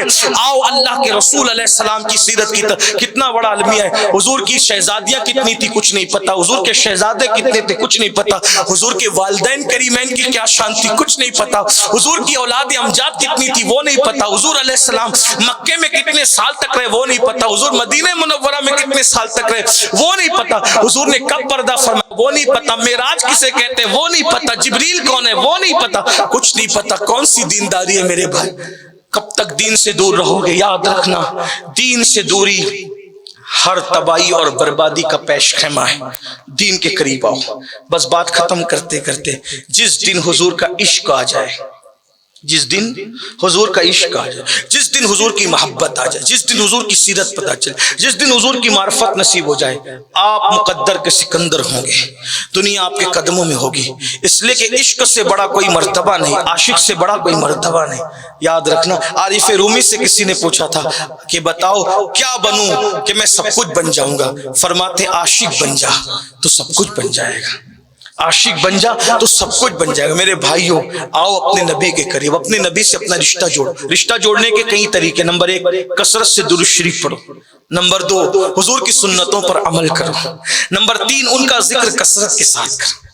آئیے آقا کی شان کیا ہے، آقا کا مقام کیا ہے، حضور کا عشق کیا ہے، اور حضور کا عشق انسان کو کہاں تک لے جاتا ہے، حضور کا عشق انسان کو کتنی بلندی تک لے جاتا ہے، حضور کا عشق انسان کو کتنا عروج عطا کرتا ہے۔ بات اختتام پر آخری بات عرض کروں، بڑا خوبصورت سا واقعہ ہے مجھے یاد آ رہا ہے، اور ایک جوان صحابی کا ہے، اور ایک بات آپ سے عرض کر دوں، میں اس کو مختصر ہی میں سمیٹنے کی کوشش کروں گا، لیکن ایک بات عرض کر دوں کہ عشق کا دعویٰ ہم بہت کرتے ہیں، عشق کا دعویٰ بہت کرتے ہیں۔ عشق کے 2 منزلیں، عشق کی 2 منزل، نمبر 1 محبوب کے لیے قربانی دینا، نمبر 1 محبوب کے لیے قربانی دینا، نمبر 2 جب محبوب کے لیے قربانی دے دی جاتی ہے تو پھر انسان محبوب کا بھی محبوب بن جاتا ہے۔ آپ کی اگر توجہ ہے جملے پر، اگر پڑھے لکھے لوگ موجود ہیں تو ان کی توجہ چاہتا ہوں۔ پہلی منزل ہوتی ہے محبوب کے لیے قربانی دینا، اور جب محبوب کے لیے آدمی قربانی دے دیتا ہے تو پھر انسان محبوب کا بھی محبوب بن جاتا ہے، اور محبوب کا جو محبوب بن جائے پھر اس کی کیا شان ہوتی ہے۔ استاد زمن مولانا حسن بریلوی کہتے ہیں اللہ کا محبوب بنے جو تمہیں چاہے، اللہ کا محبوب بنے جو تمہیں چاہے، اس کا تو بیان ہی نہیں ہے تم جسے چاہو۔ یا رسول اللہ جس کو آپ اپنا محبوب بنا لیں اس کا بیان کون کر سکتا ہے؟ تو اس سلسلے میں وہ آخری بات اپنے نوجوانوں کے لیے خاص طور پہ، عشق کو حکم دیتا ہے سب کو چھوڑ دے۔ عشق کیا حکم دیتا ہے؟ سب کو چھوڑ دو، جو عشق کی راہ میں رکاوٹ بنے سب کو چھوڑ دو۔ جس دن تو سب کو چھوڑ دے گا اس دن تجھے تیرا محبوب اپنا لے گا۔ سیرت کی کتابوں میں ایک واقعہ لکھا ہے، صحابہ کی زندگی کی کتابوں میں بھی ایک واقعہ ہے، استیعاب میں بھی ہے، اسد الغابہ میں بھی ہے، اور سیرت پر اپنے بیگانوں نے جس نے لکھا ہے انہوں نے لکھا ہے، لیکن میں اس واقعے کو علامہ ارشد القادری رحمۃ اللہ علیہ کی تحریر کا سہارا لے کر اپنے الفاظ کے جامع میں بیان کرنا چاہتا ہوں۔ عشق انسان کو کہاں لے گئے، عشق انسان کو کہاں لے جائے، مریض عشق کہاں تک پہنچتا ہے۔ کہتے ہیں، اور ایک بات یہ بھی یاد رکھنا، عشق کس کو بھی ہو سکتا ہے. اگر اللہ چاہے تو یہودی کا بچہ بھی عاشق ہو سکتا ہے، اور اللہ نہ چاہے تو کلمہ پڑھنے والا بھی عاشق نہیں ہو پائے. لیکن خاص بات عشق رسول کی یہ ہے، خاص بات کہ اگر کافر بھی عاشق ہو، توجہ، اگر کافر بھی عاشق ہو، اگر کافر بھی عاشق ہو تو عشق کافر کو کافر رہنے نہیں دیتا. اگر کافر عاشق بن جائے تو عشق میں اتنا پاور ہے کہ عشق کافر کو کافر نہیں رہنے دیتا. اور اگر کلمہ پڑھنے والا عشق کا منکر ہو تو پھر عشق ایسا دھتکارتا ہے کہ کلمہ پڑھنا اس کو کام بھی نہیں آتا. تو کہتے ہیں مدینہ منورہ کی بستی مکس آبادی تھی، مخلوط بستی تھی. مدینہ منورہ کی بستی مخلوط بستی تھی، مکس تھی. اس میں عیسائی بھی تھے، یہودی بھی تھے، مشرکین بھی تھے اور مومنین بھی تھے. ایک یہودی کا بچہ، چھوٹا سا بچہ، ایک مرتبہ اپنی بستی سے نکل کر مسلمانوں کی بستی سے گزر رہا تھا. اچانک اس کی نظر آمنہ کے لال پہ پڑی، حضور کو دیکھا، اور بچہ حضور کو دیکھ کر حضور کی صورت میں کیا کشش تھی کہ بچہ بھی متاثر ہو گیا اور وہ حضور کے پاس آنے جانے لگا. اور کیسے آتا جاتا حضور کے پاس؟ حضور کی مسواک حضور کو دیتا، آقا کی نالین سیدھی کر دیتا، اللہ کے رسول علیہ السلام کے وضو کے پانی کی طرف خدمت کرتا. اب چونکہ وہ بچہ یہودی کا تھا مگر مسلسل آتا جاتا تھا، اور میرے آقا کی عادت تھی، یہودی ہو نصرانی ہو کوئی آتا تو حضور اس سے بہت پیار دیتے، بڑی محبت دیتے. کیا ہوا؟ اللہ اکبر، وہ یہودی کا بچہ حضور کا عاشق ہو، بچہ بچپنے میں عاشق ہو گیا، اس کو بچپنے میں عشق رسول مل گیا. اندازہ کرو گھر جا کے سوچنا وہ صورت کیسی ہوگی کہ جو بچوں کو بھی متاثر کر دے، جو جانوروں کو بھی متاثر کر دے. بھائیوں، بچے اور جانور تو اپنی جگہ ہے، جو پتھروں کو بھی متاثر کر دے. وہ صورت میں کیا تھا؟ اللہ اکبر، کیا صورت تھی تیری سیرت، تیری صورت زمانے سے نرالی ہے، تیری ہر ادا پیارے، دلیل بے مثالی ہے. آج ہم اپنے بچوں کو عاشق کیوں نہیں بنا پا رہے؟ کیونکہ ہم حضور کو بتا ہی نہیں پا رہے، حضور کی زندگی بتا نہیں پا رہے، حضور کی سیرت بتا نہیں پا رہے. ننھا سا بچہ آنے جانے لگا، خدمت کرنے لگا، بچہ تھا. اللہ اکبر، حضور بھی اس کو پیار دے رہے تھے، صحابہ بھی پیار دے رہے تھے. ایک بار کسی نے چگلی لگا دی، اور چگلی لگانے کے بعد اس کے باپ کو کہہ دیا کہ تمہارا بچہ تو جو ہے وہ محمد عربی کے پاس آتا جاتا ہے اور وہ معاذ اللہ بے دین ہو جائے گا. تعصب کا دور تھا، عصبیت کا دور تھا. اس کے باپ نے بیٹے کو کچھ نہیں کہا، بلا کے کہا خبردار، آج کے بعد تم گھر سے باہر نہیں نکلو گے، تمہیں گھر سے باہر نہیں نکلنا، تم گھر میں رہو گے. باپ نے کہہ دیا گھر میں رہو گے. ننھا سا بچہ تھا، اس نے کہا ٹھیک ہے بابا، اگر آپ کہتے تو میں گھر رہوں گا. لیکن آپ کو حیرت ہوگی، وہ چھوٹا سا بچہ حضور کے عشق میں اتنا آگے بڑھ گیا تھا کہ جب گھر میں اس کو رکھ لیا گیا اور حضور علیہ السلام کو وہ دیکھ نہ سکا تو وہ بیمار ہو، حضور کے عشق میں بیمار ہو گیا، اس کو بخار آ گیا، بیمار پڑ گیا. باپ اس کا مالدار تھا، بہت مالدار تھا. ایک سے ایک حکیم بلائے، طبیب بلائے، بیماری سمجھ میں نہیں آ رہی تھی. جتنی دوا کی جا رہی تھی بیماری بڑھتی جا رہی تھی. بس وہ روتا تھا. باپ پوچھتا تھا کیا ہوا؟ وہ روتا تھا، ایسا لگتا تھا درد سے رو رہا ہے، اور واقعی وہ درد تھا. کیوں؟ اس لیے کہ عشق کا درد وہ مزہ ہے، اللہ کباب آہوں میں بھی نہ پایا، مزہ جو دل کے کباب میں ہے. اللہ اکبر، جان عشق مصطفیٰ روز فضو کرے خدا، جس کو وہ درد کا مزہ نازے دوا اٹھائے کی. ہر درد میں تکلیف ہوتی ہے، درد عشق رسول میں وہ مزہ آتا ہے کہ فرشتے بھی رشک کرتے نظر آتے ہیں. خدا سے وہ درد مانگو، وہ سوز مانگو. اللہ اکبر، جو عشق کا درد ہو. وہ علامہ حسن رضا بہت خوبصورت بات کہتے ہیں کہ کہتے ہیں یہ بہت اچھی دعا کرتے ہیں. وہ کہتے ہیں کہ نہیں وہ آپ کا کہنا ہے کہ دم اضطراب مجھ کو جو خیال یار آئے، میرے دل کو چین آئے تو اسے قرار آئے، میرے دل کو درد الفت وہ سکون دے الہی، میرے دل کو درد الفت وہ سکون دے الہی، میری بے قراریوں کو نہ کبھی قرار آئے۔ اللہ اکبر، درد الفت بڑی چیز ہے۔ مرض عشق کا بیمار بھی کیا ہوتا ہے، جتنی کرتا ہے دوا درد سوا ہوتا ہے۔ اللہ اکبر، کسی عبادت میں اتنی لذت نہیں آتی جتنا درد عشق میں لذت آتی ہے۔ اللہ اکبر، کوئی عبادت کرنے والا وہاں نہیں پہنچتا جہاں درد عشق والا پہنچتا ہے، سوز عشق والا پہنچتا ہے۔ اللہ اکبر، اللہ اکبر، میری قوم کو پھر سے عشق کے اس جام کی ضرورت ہے، اس لیے کہ دین کی قربت اسی وقت ملے گی جب آمینہ کے لال کی سچی محبت اور عشق نصیب ہوگا۔ اللہ اللہ، آج لوگ کہتے ہیں کہ مسلمان رشوت کیوں کھاتا ہے، مسلمان سود کیوں کھاتا ہے، مسلمان بے نمازی کیوں ہے؟ میں کہتا ہوں اسی لیے کہ وہ حضور کے عشق سے ناشنا ہے، عشق کے نعرے تو لگاتا ہے، عشق سے ناشنا ہے۔ جب اللہ کے رسول فرما دیں کہ سود کھانے والا ماں کے ساتھ 36 بار زنا کرنے والے کے برابر ہے، سود کھانے والا کعبے میں زنا کرنے والے کے برابر ہے، بتاؤ عشق ہوتا تو کتنی غیرت ہوتی، عشق ہوتا تو کتنی غیرت ہوتی۔ عشق سے دل خالی ہے، اقبال کہتے ہیں دل سوچ سے خالی ہے، نگاہ پاک نہیں ہے، پھر اس پہ یہ بات کہ تو بے باک نہیں ہے۔ اللہ اکبر، یہ حالات ہیں۔ آج مسلمان حرام کی طرف اسی لیے جا رہا ہے، دل عشق سے خالی ہو چکے ہیں، دل عشق مصطفیٰ سے خالی ہو چکے۔ آؤ عشق مصطفیٰ کی طرف بڑھے، اسرا کے مسافر بنے۔ یہودی کا بچہ حضور سے روک دیا گیا، رو رہا ہے، آنکھ میں آنسو، رو رہا ہے۔ باپ پوچھتا ہے کیا ہوا؟ کہا کہ کچھ بیمار ہے، بس رو رہا ہے۔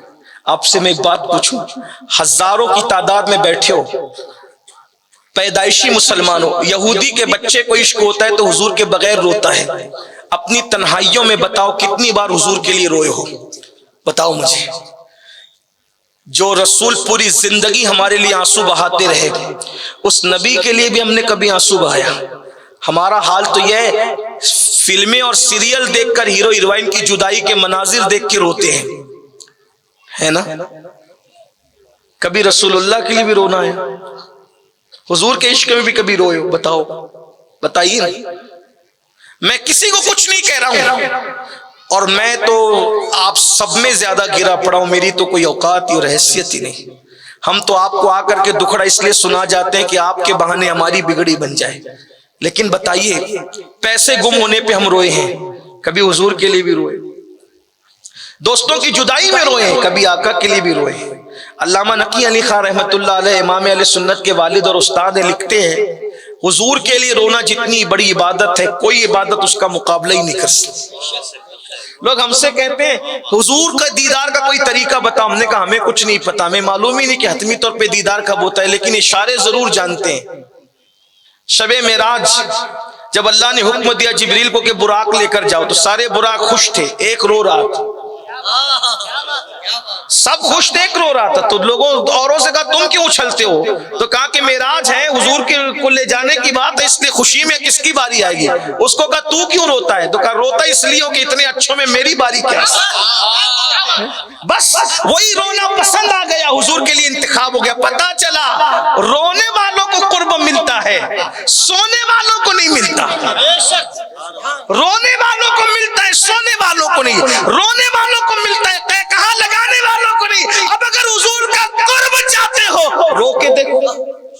اگر آپ کے پاس اور میرے پاس وقت ہوتا تو میں رونے والوں کی زندگی بیان کرتا تو آپ کو پتا چلتا کہ رونے والے کیا، لیکن ٹائم نہیں ہے۔ اگر چھیڑوں گا تو چونکہ بربتے دل پر عشق کے تار چھڑے ہیں، اگر میں چھیڑوں اس کو تو وقت لگے گا، اور آپ اٹھ کر جائیں گے تو مجھے اچھا نہیں لگے گا، ذکر محبوب کی بے ادبی ہوگی، اس لیے میں اس کو نہیں چھیڑنا چاہتا، کسی اور موقع کے لیے رکھنا چاہتا ہوں، لیکن صرف ایک اشارہ دے دوں، اگر آپ کہیں تو دے دوں۔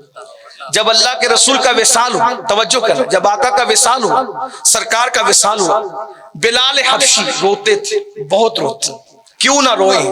کیونکہ بلال کا تو سبھی لٹ گیا تھا، کچھ لوگوں کا تو خاندان بھی تھا، قبیلہ بھی تھا، علاقہ بھی تھا، خطہ بھی تھا۔ بلال کے لیے تو سب کچھ حضور ہی تھی، نہ کوئی خاندان ہے، نہ قبیلہ ہے، نہ خطہ، سب کچھ آقا ہی آقا ہے۔ روتے تھے، لوگوں سے پوچھتے تھے حضور کہاں ہے؟ اتنی دیوانگی تھی، حضور کہاں ہے، حضور کہاں ہے؟ لوگ لپٹ کے روتے تھے۔ بلال بہت رلاتے، بہت یاد آتے ہوتے۔ اللہ اکبر. حضور یاد آتے تھے, روتے تھے. ایک دن سرکار بلال حبشی نے سوچا جب آقا مجھے دکھتے ہی نہیں, ملتے نہیں, جنگلوں میں چلے جاتے, چرواہوں سے پوچھتے حضور کہاں ہے, لکڑہاروں سے پوچھتے حضور کہاں ہے, وہ کہتے کہ بلال روتے اور رلاتے ہو. حضرت بلال حبشی نے کہا جب آقا دکھتے نہیں تو میں نے مدینے میں رہنا نہیں. مدینہ شریف چھوڑ کے ملک شام چلے, اور ملک شام گئے, رات بھر روتے تھے, حضور دکھتے نہیں, حضور دکھتے نہیں, حضور دکھتے. ایک دن روتے روتے سو گئے حضور خواب میں, بلال کیا بات ہے, مدینے نہیں آتے, کیا ناراض ہو؟ لپٹ گئے قدموں سے. حضور آپ سے ناراضگی تو کفر ہے, کیسے ناراض ہو؟ یا رسول اللہ آپ سے کوئی کیسے ناراض, جس کی رضا خدا چاہے اس سے کون ناراض ہوگا؟ تو پھر تم نے مدینہ کیوں چھوڑا؟ آؤ ملنے, آؤ مجھ سے ملنے. آنکھ کھلی تو پورا گھر معطر تھا, آنکھ کھلی پورا گھر معطر تھا. سرکار بلال اونٹنی پر بیٹھے, اور اونٹنی پہ بیٹھنے کے بعد اکیلے نکل پڑے. جب جیسے ہی مدینہ منورہ آنے لگا, بلال کو پچھلے دن یاد آنے لگے. حضور کتنا پیار کرتے تھے بلال سے. جب بلال پیدل چلتے تھے تو حضور اپنی اونٹنی پر حضرت بلال کو بٹھا لیتے تھے. تو بلال کیا کرتے تھے, اپنا سینہ حضور کی پیٹھ سے لگا دیتے تھے. ہائے ہائے کیا عشق کا انداز, محب اور محبوب میں کیا پیار تھا. بہرحال مدینہ شریف پہنچے, کا حضور کہاں ہیں؟ میں بہت اختصار سے کہا حضور کہاں ہیں. سب رو پڑے, بلک پڑے. مدینہ منورہ میں جنگل کی آنکھ کی طرح خبر پہنچ گئی, بلال آئے, بلال آئے, بلال آئے. سب لوگ مسجد میں جمع ہوئے, چلو عاشق رسول کو دیکھیں. وہاں تو بلال روتے ہیں اور لوگوں سے پوچھتے حضور کہاں ہیں. کسی نے ہمت کر کے بتا دیا, وہ دیکھو حضور. حضور کے مزار کی طرف کہا وہ دیکھو حضور. بلال لپٹ گئے, رونے لگے. آقا بلایا تو خواب میں آ کر, اور پردے میں ہے. حضور اپنا آپ دکھاتے نہیں. اسی دیوانگی کے عالم میں نماز کا وقت آیا. کسی نے کہا بلال جو اذان نبی کو سناتے وہ اذان ہمیں سنا. بلال نے کہا نہیں, میرے اندر ہمت نہیں ہے. اس لیے کہ جب میں اذان پڑھتا تھا تو جب اشہد ان محمد رسول اللہ پڑھتا تھا تو حضور کا چہرہ دیکھتا تھا. اب کہ جب میں اشہد ان محمد رسول اللہ کہوں گا تو کس کو دیکھوں گا؟ میرے اندر ہمت نہیں, مجھے مجبور نہ کرو. کسی نے کہا امیر المومنین سے کہو. امیر المومنین نے کہا بلال اذان پڑھو. بلال نے کہا کیا اسی دن کے لیے خرید کے آزاد کرایا تھا؟ اسی دن کے لیے خرید کیا کہ بلال کو اذان کے لیے کہا گیا. امیر المومنین نہیں بلال, تم پہ کوئی احسان نہیں ہے, تمہیں خریدا گیا تو کوئی احسان نہیں ہے بلال. ہم تو بس وہ اذان سننا چاہتے ہیں جو حضور کو پسند تھی. بلال نے کہا امیر المومنین مجھے معاف رکھیے, میں نہیں پڑھ سکوں گا, اذان پوری نہیں کر سکوں گا.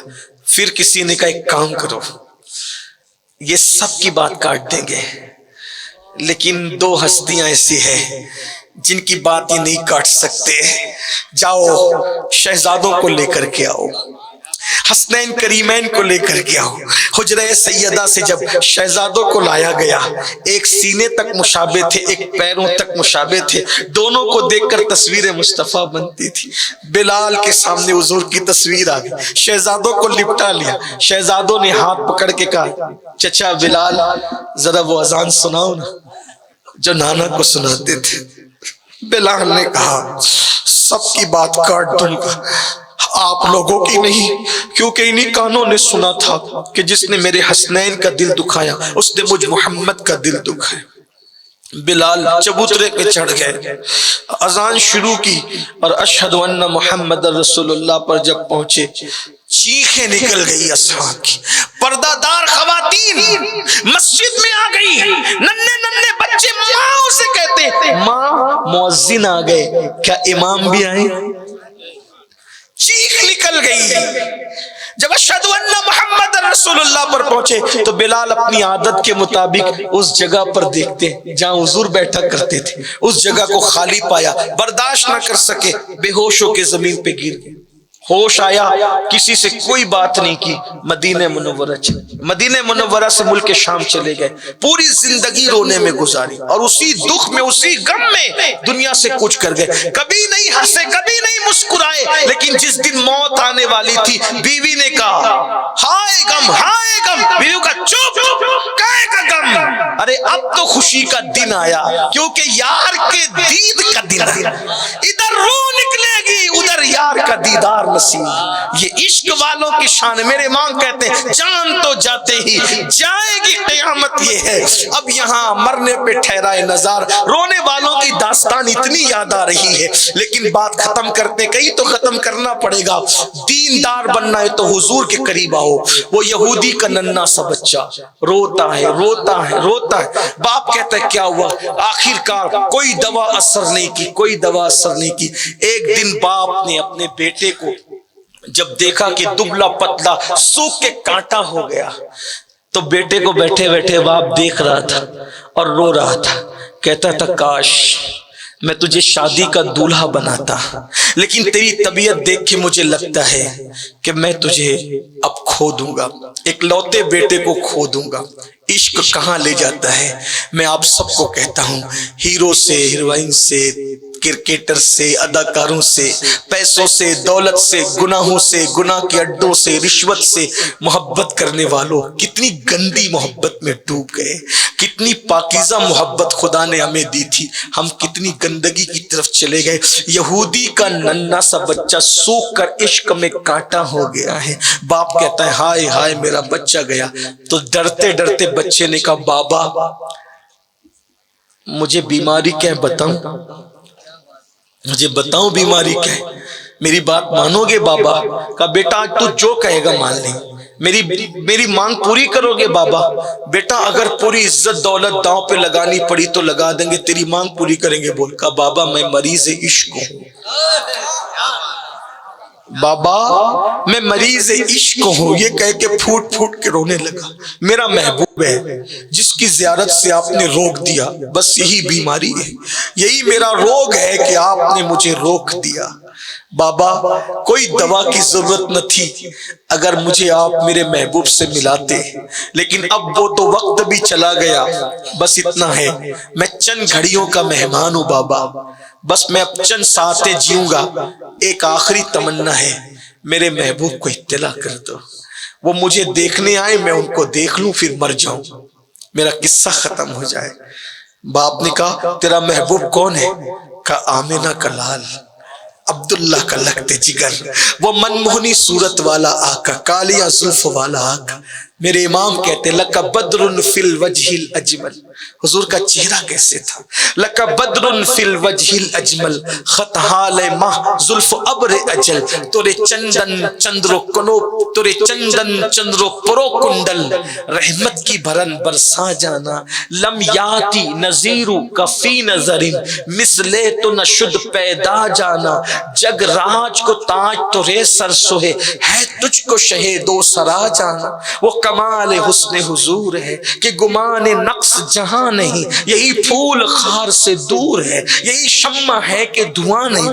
سرتاب قدم ہے, سرتاب قدم ہے, تنے سلطان زمن پھول, لب پھول, دہن پھول, زغن پھول, بدن پھول. واللہ جو مل جائے میرے گل کا پسینہ, مانگے نہ کبھی عطر نہ پھر چاہے دلہن پھول. بابا بلا لائے اس کو. بیٹے انہیں وہ مسلمانوں کے پیغمبر ہیں, ایک بچے کے لیے وہ ہمارے گھر آئیں گے. اگر تو بڑا ہوتا, حیثیت والا ہوتا تو آنے کی بات تھی, بچے کے لیے بھی وہ کسی کے گھر آئیں گے. کہا بابا آپ انہیں اطلاع تو دیں. کہنا وہ بچہ چھوٹا جو آتا جاتا تھا چند دن سے نہیں آتا, ایک جھلک آپ کی دیکھنا چاہتا, موت کا وقت ہے, دم اضطراب آپ کو دیکھنا چاہتا ہے, آپ سرے بالی آ جائیں. بابا وہ ضرور آئیں گے, بابا وہ ضرور آئیں گے, کیونکہ وہ کسی کا دل نہیں توڑتے, سب کی عادت ہے, ان کی عادت ہے سب کا جی رکھنا. یہودی نے کہا میرا سماج تو میرا بائیکاٹ کر دے گا بیٹا, لیکن تیری خوشی کے لیے میں جاؤں گا. مسجد نبوی میں دبے پیر بوجھل قدموں سے گیا. صحابہ نے دیکھا یہودی کو, بڑا متعصب تھا, کٹر تھا. حضور نے آتے دیکھا, نظریں اٹھائی, کیا بات ہے؟ میرا بیٹا مرنے کے قریب ہے, آپ کا عاشق ہو گیا تھا, گھر پہ روک لیا تھا, اب وہ مرنے والا ہے, کیا آپ آئیں گے؟ اتنا سننا تھا. اٹھ کر کھڑے ہو گئے. صحابہ سے کہا چلو اس کے سرہانے جا کر بیٹھتے ہیں. اگر اشارت النس لے لے حدیث کا, اشارت النس, تو ہم یہ کہہ سکتے ہیں کہ جب عاشق دنیا سے جاتا ہے اگر عاشق دنیا سے جاتا ہے تو وہ سرہانے ضرور آتا. کوئی عاشق بن کر تو دیکھے. کچھ لوگ کہتے ہیں کیسے آ سکتے ہیں؟ ہم نے کہا عاشق بن کے دیکھ. نہ آئے تو پھر کہنا، نہ آئے پھر. میں تو لوگوں کو یہ کہتا ہوں سب سے جی لگا کے دیکھا ہے، ایک بار ان سے پیار کر کے دیکھو. جب اکیلے رہو گے تو تمہیں اکیلے میں مزہ آئے گا، اکیلے رہو گے تو یوں لگے گا جیسے وہ میرے ساتھ ساتھ ہے. رو گے تو یوں لگے گا جیسے محبوب آستین سے میرے آنسوؤں کو خشک کر رہے ہیں. اگر بے چین ہو جاؤ گے تو یوں لگے گا جیسے تسلی کا ہاتھ سینے پہ رکھ کر کے تسلیاں دے رہے ہیں. کوئی عاشق بن کر تو دیکھے، واللہ وہ مومنوں کی جان سے زیادہ قریب ہے. آنا جانا تو کہنے کے لیے ہے، ارے وہ تو ہماری جانوں سے زیادہ قریب ہے. النبی اولیٰ بالمومنین من انفسہم. جیسے ہی سنا فرماتے چلو، اس کے سرہانے چل کے بیٹھتے ہیں. اور جیسے ہی آئے تو ننھا سا یہودی کا بچہ، اٹھنے کی اس میں طاقت بھی نہیں تھی. آقا کو آتے بس اس نے دیکھا، اور حضور کی عادت تھی سرہانے آ کر کے بیٹھ گئے اور اس کے سر پہ ہاتھ رکھا. پوچھا کیسے ہو؟ اس کے آنسو برس پڑے، رونے لگا. کچھ نہیں کہہ سکتا تھا. کہا آقا تعصب نے مجھے آپ سے روک لیا، اس لیے میں بیمار ہو گیا اور اب میں بچ بھی نہیں سکتا. سوچا کہ جاتے جاتے آخری بار آپ کا دیدار کر لوں. آقا سرکار کو دیکھ کے بہت رویا. جب رویا تو میرے آقا نے فرمایا کلمہ پڑھ. کلمہ پڑھا. اس نے اپنے باپ کو دیکھا آنکھ سے. باپ کا ڈر تھا نا، باپ کو آنکھ سے دیکھا. آنکھ پہ پوچھا کیا کروں؟ تو جب باپ نے دیکھا کہ بچہ عاشق ہو گیا ہے تو اس نے بھی آنکھ سے کہا جو کہتے ہیں کرو. اس نے فوراً کلمہ پڑھا لا الہ الا اللہ محمد الرسول. یہودی کا بچہ عشق کیا ہے تو اس کا اعزاز دیکھو. دم آخر سرہانے بیٹھے کلمہ پڑھانے، کلمے کی تلقین. پھر اشارت النص کی طرف آئیں تو عاشقوں کو کلمے کی تلقین کرنے بھی خود آ جاتے ہیں.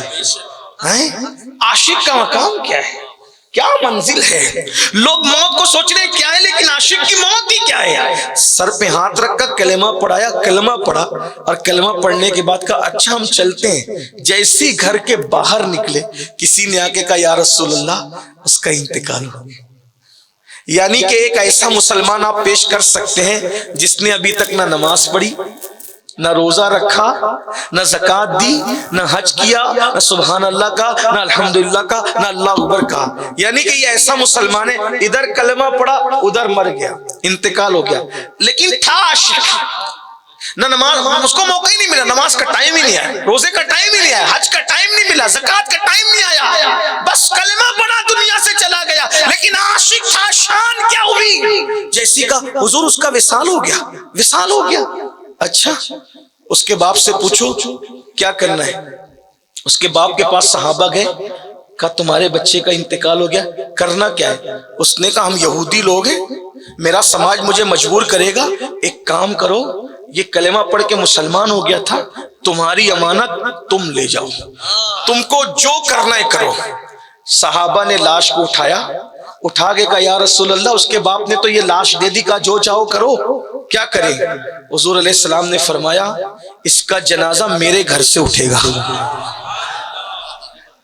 تو مقام تو مقدر دیکھو، اس کا جنازہ حضور کے گھر سے، فرمایا میرے گھر سے اٹھے گا. اس کے یہ عاشق ہے، عاشق کا یہ مقام ہے. اور پھر فرمایا غسل دیا گیا، کفن پہنایا گیا.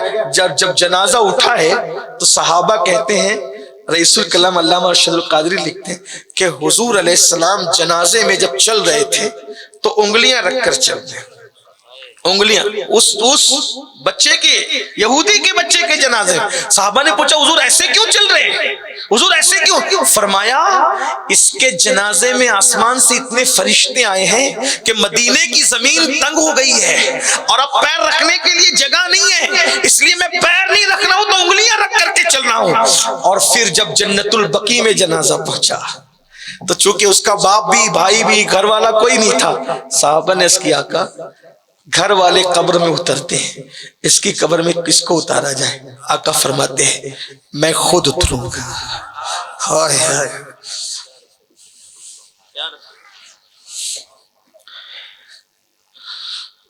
دنیا میں ڈوب گئے ہمیں نہیں پتا تھا کہ ہمارا آقا جانے وفا ہے.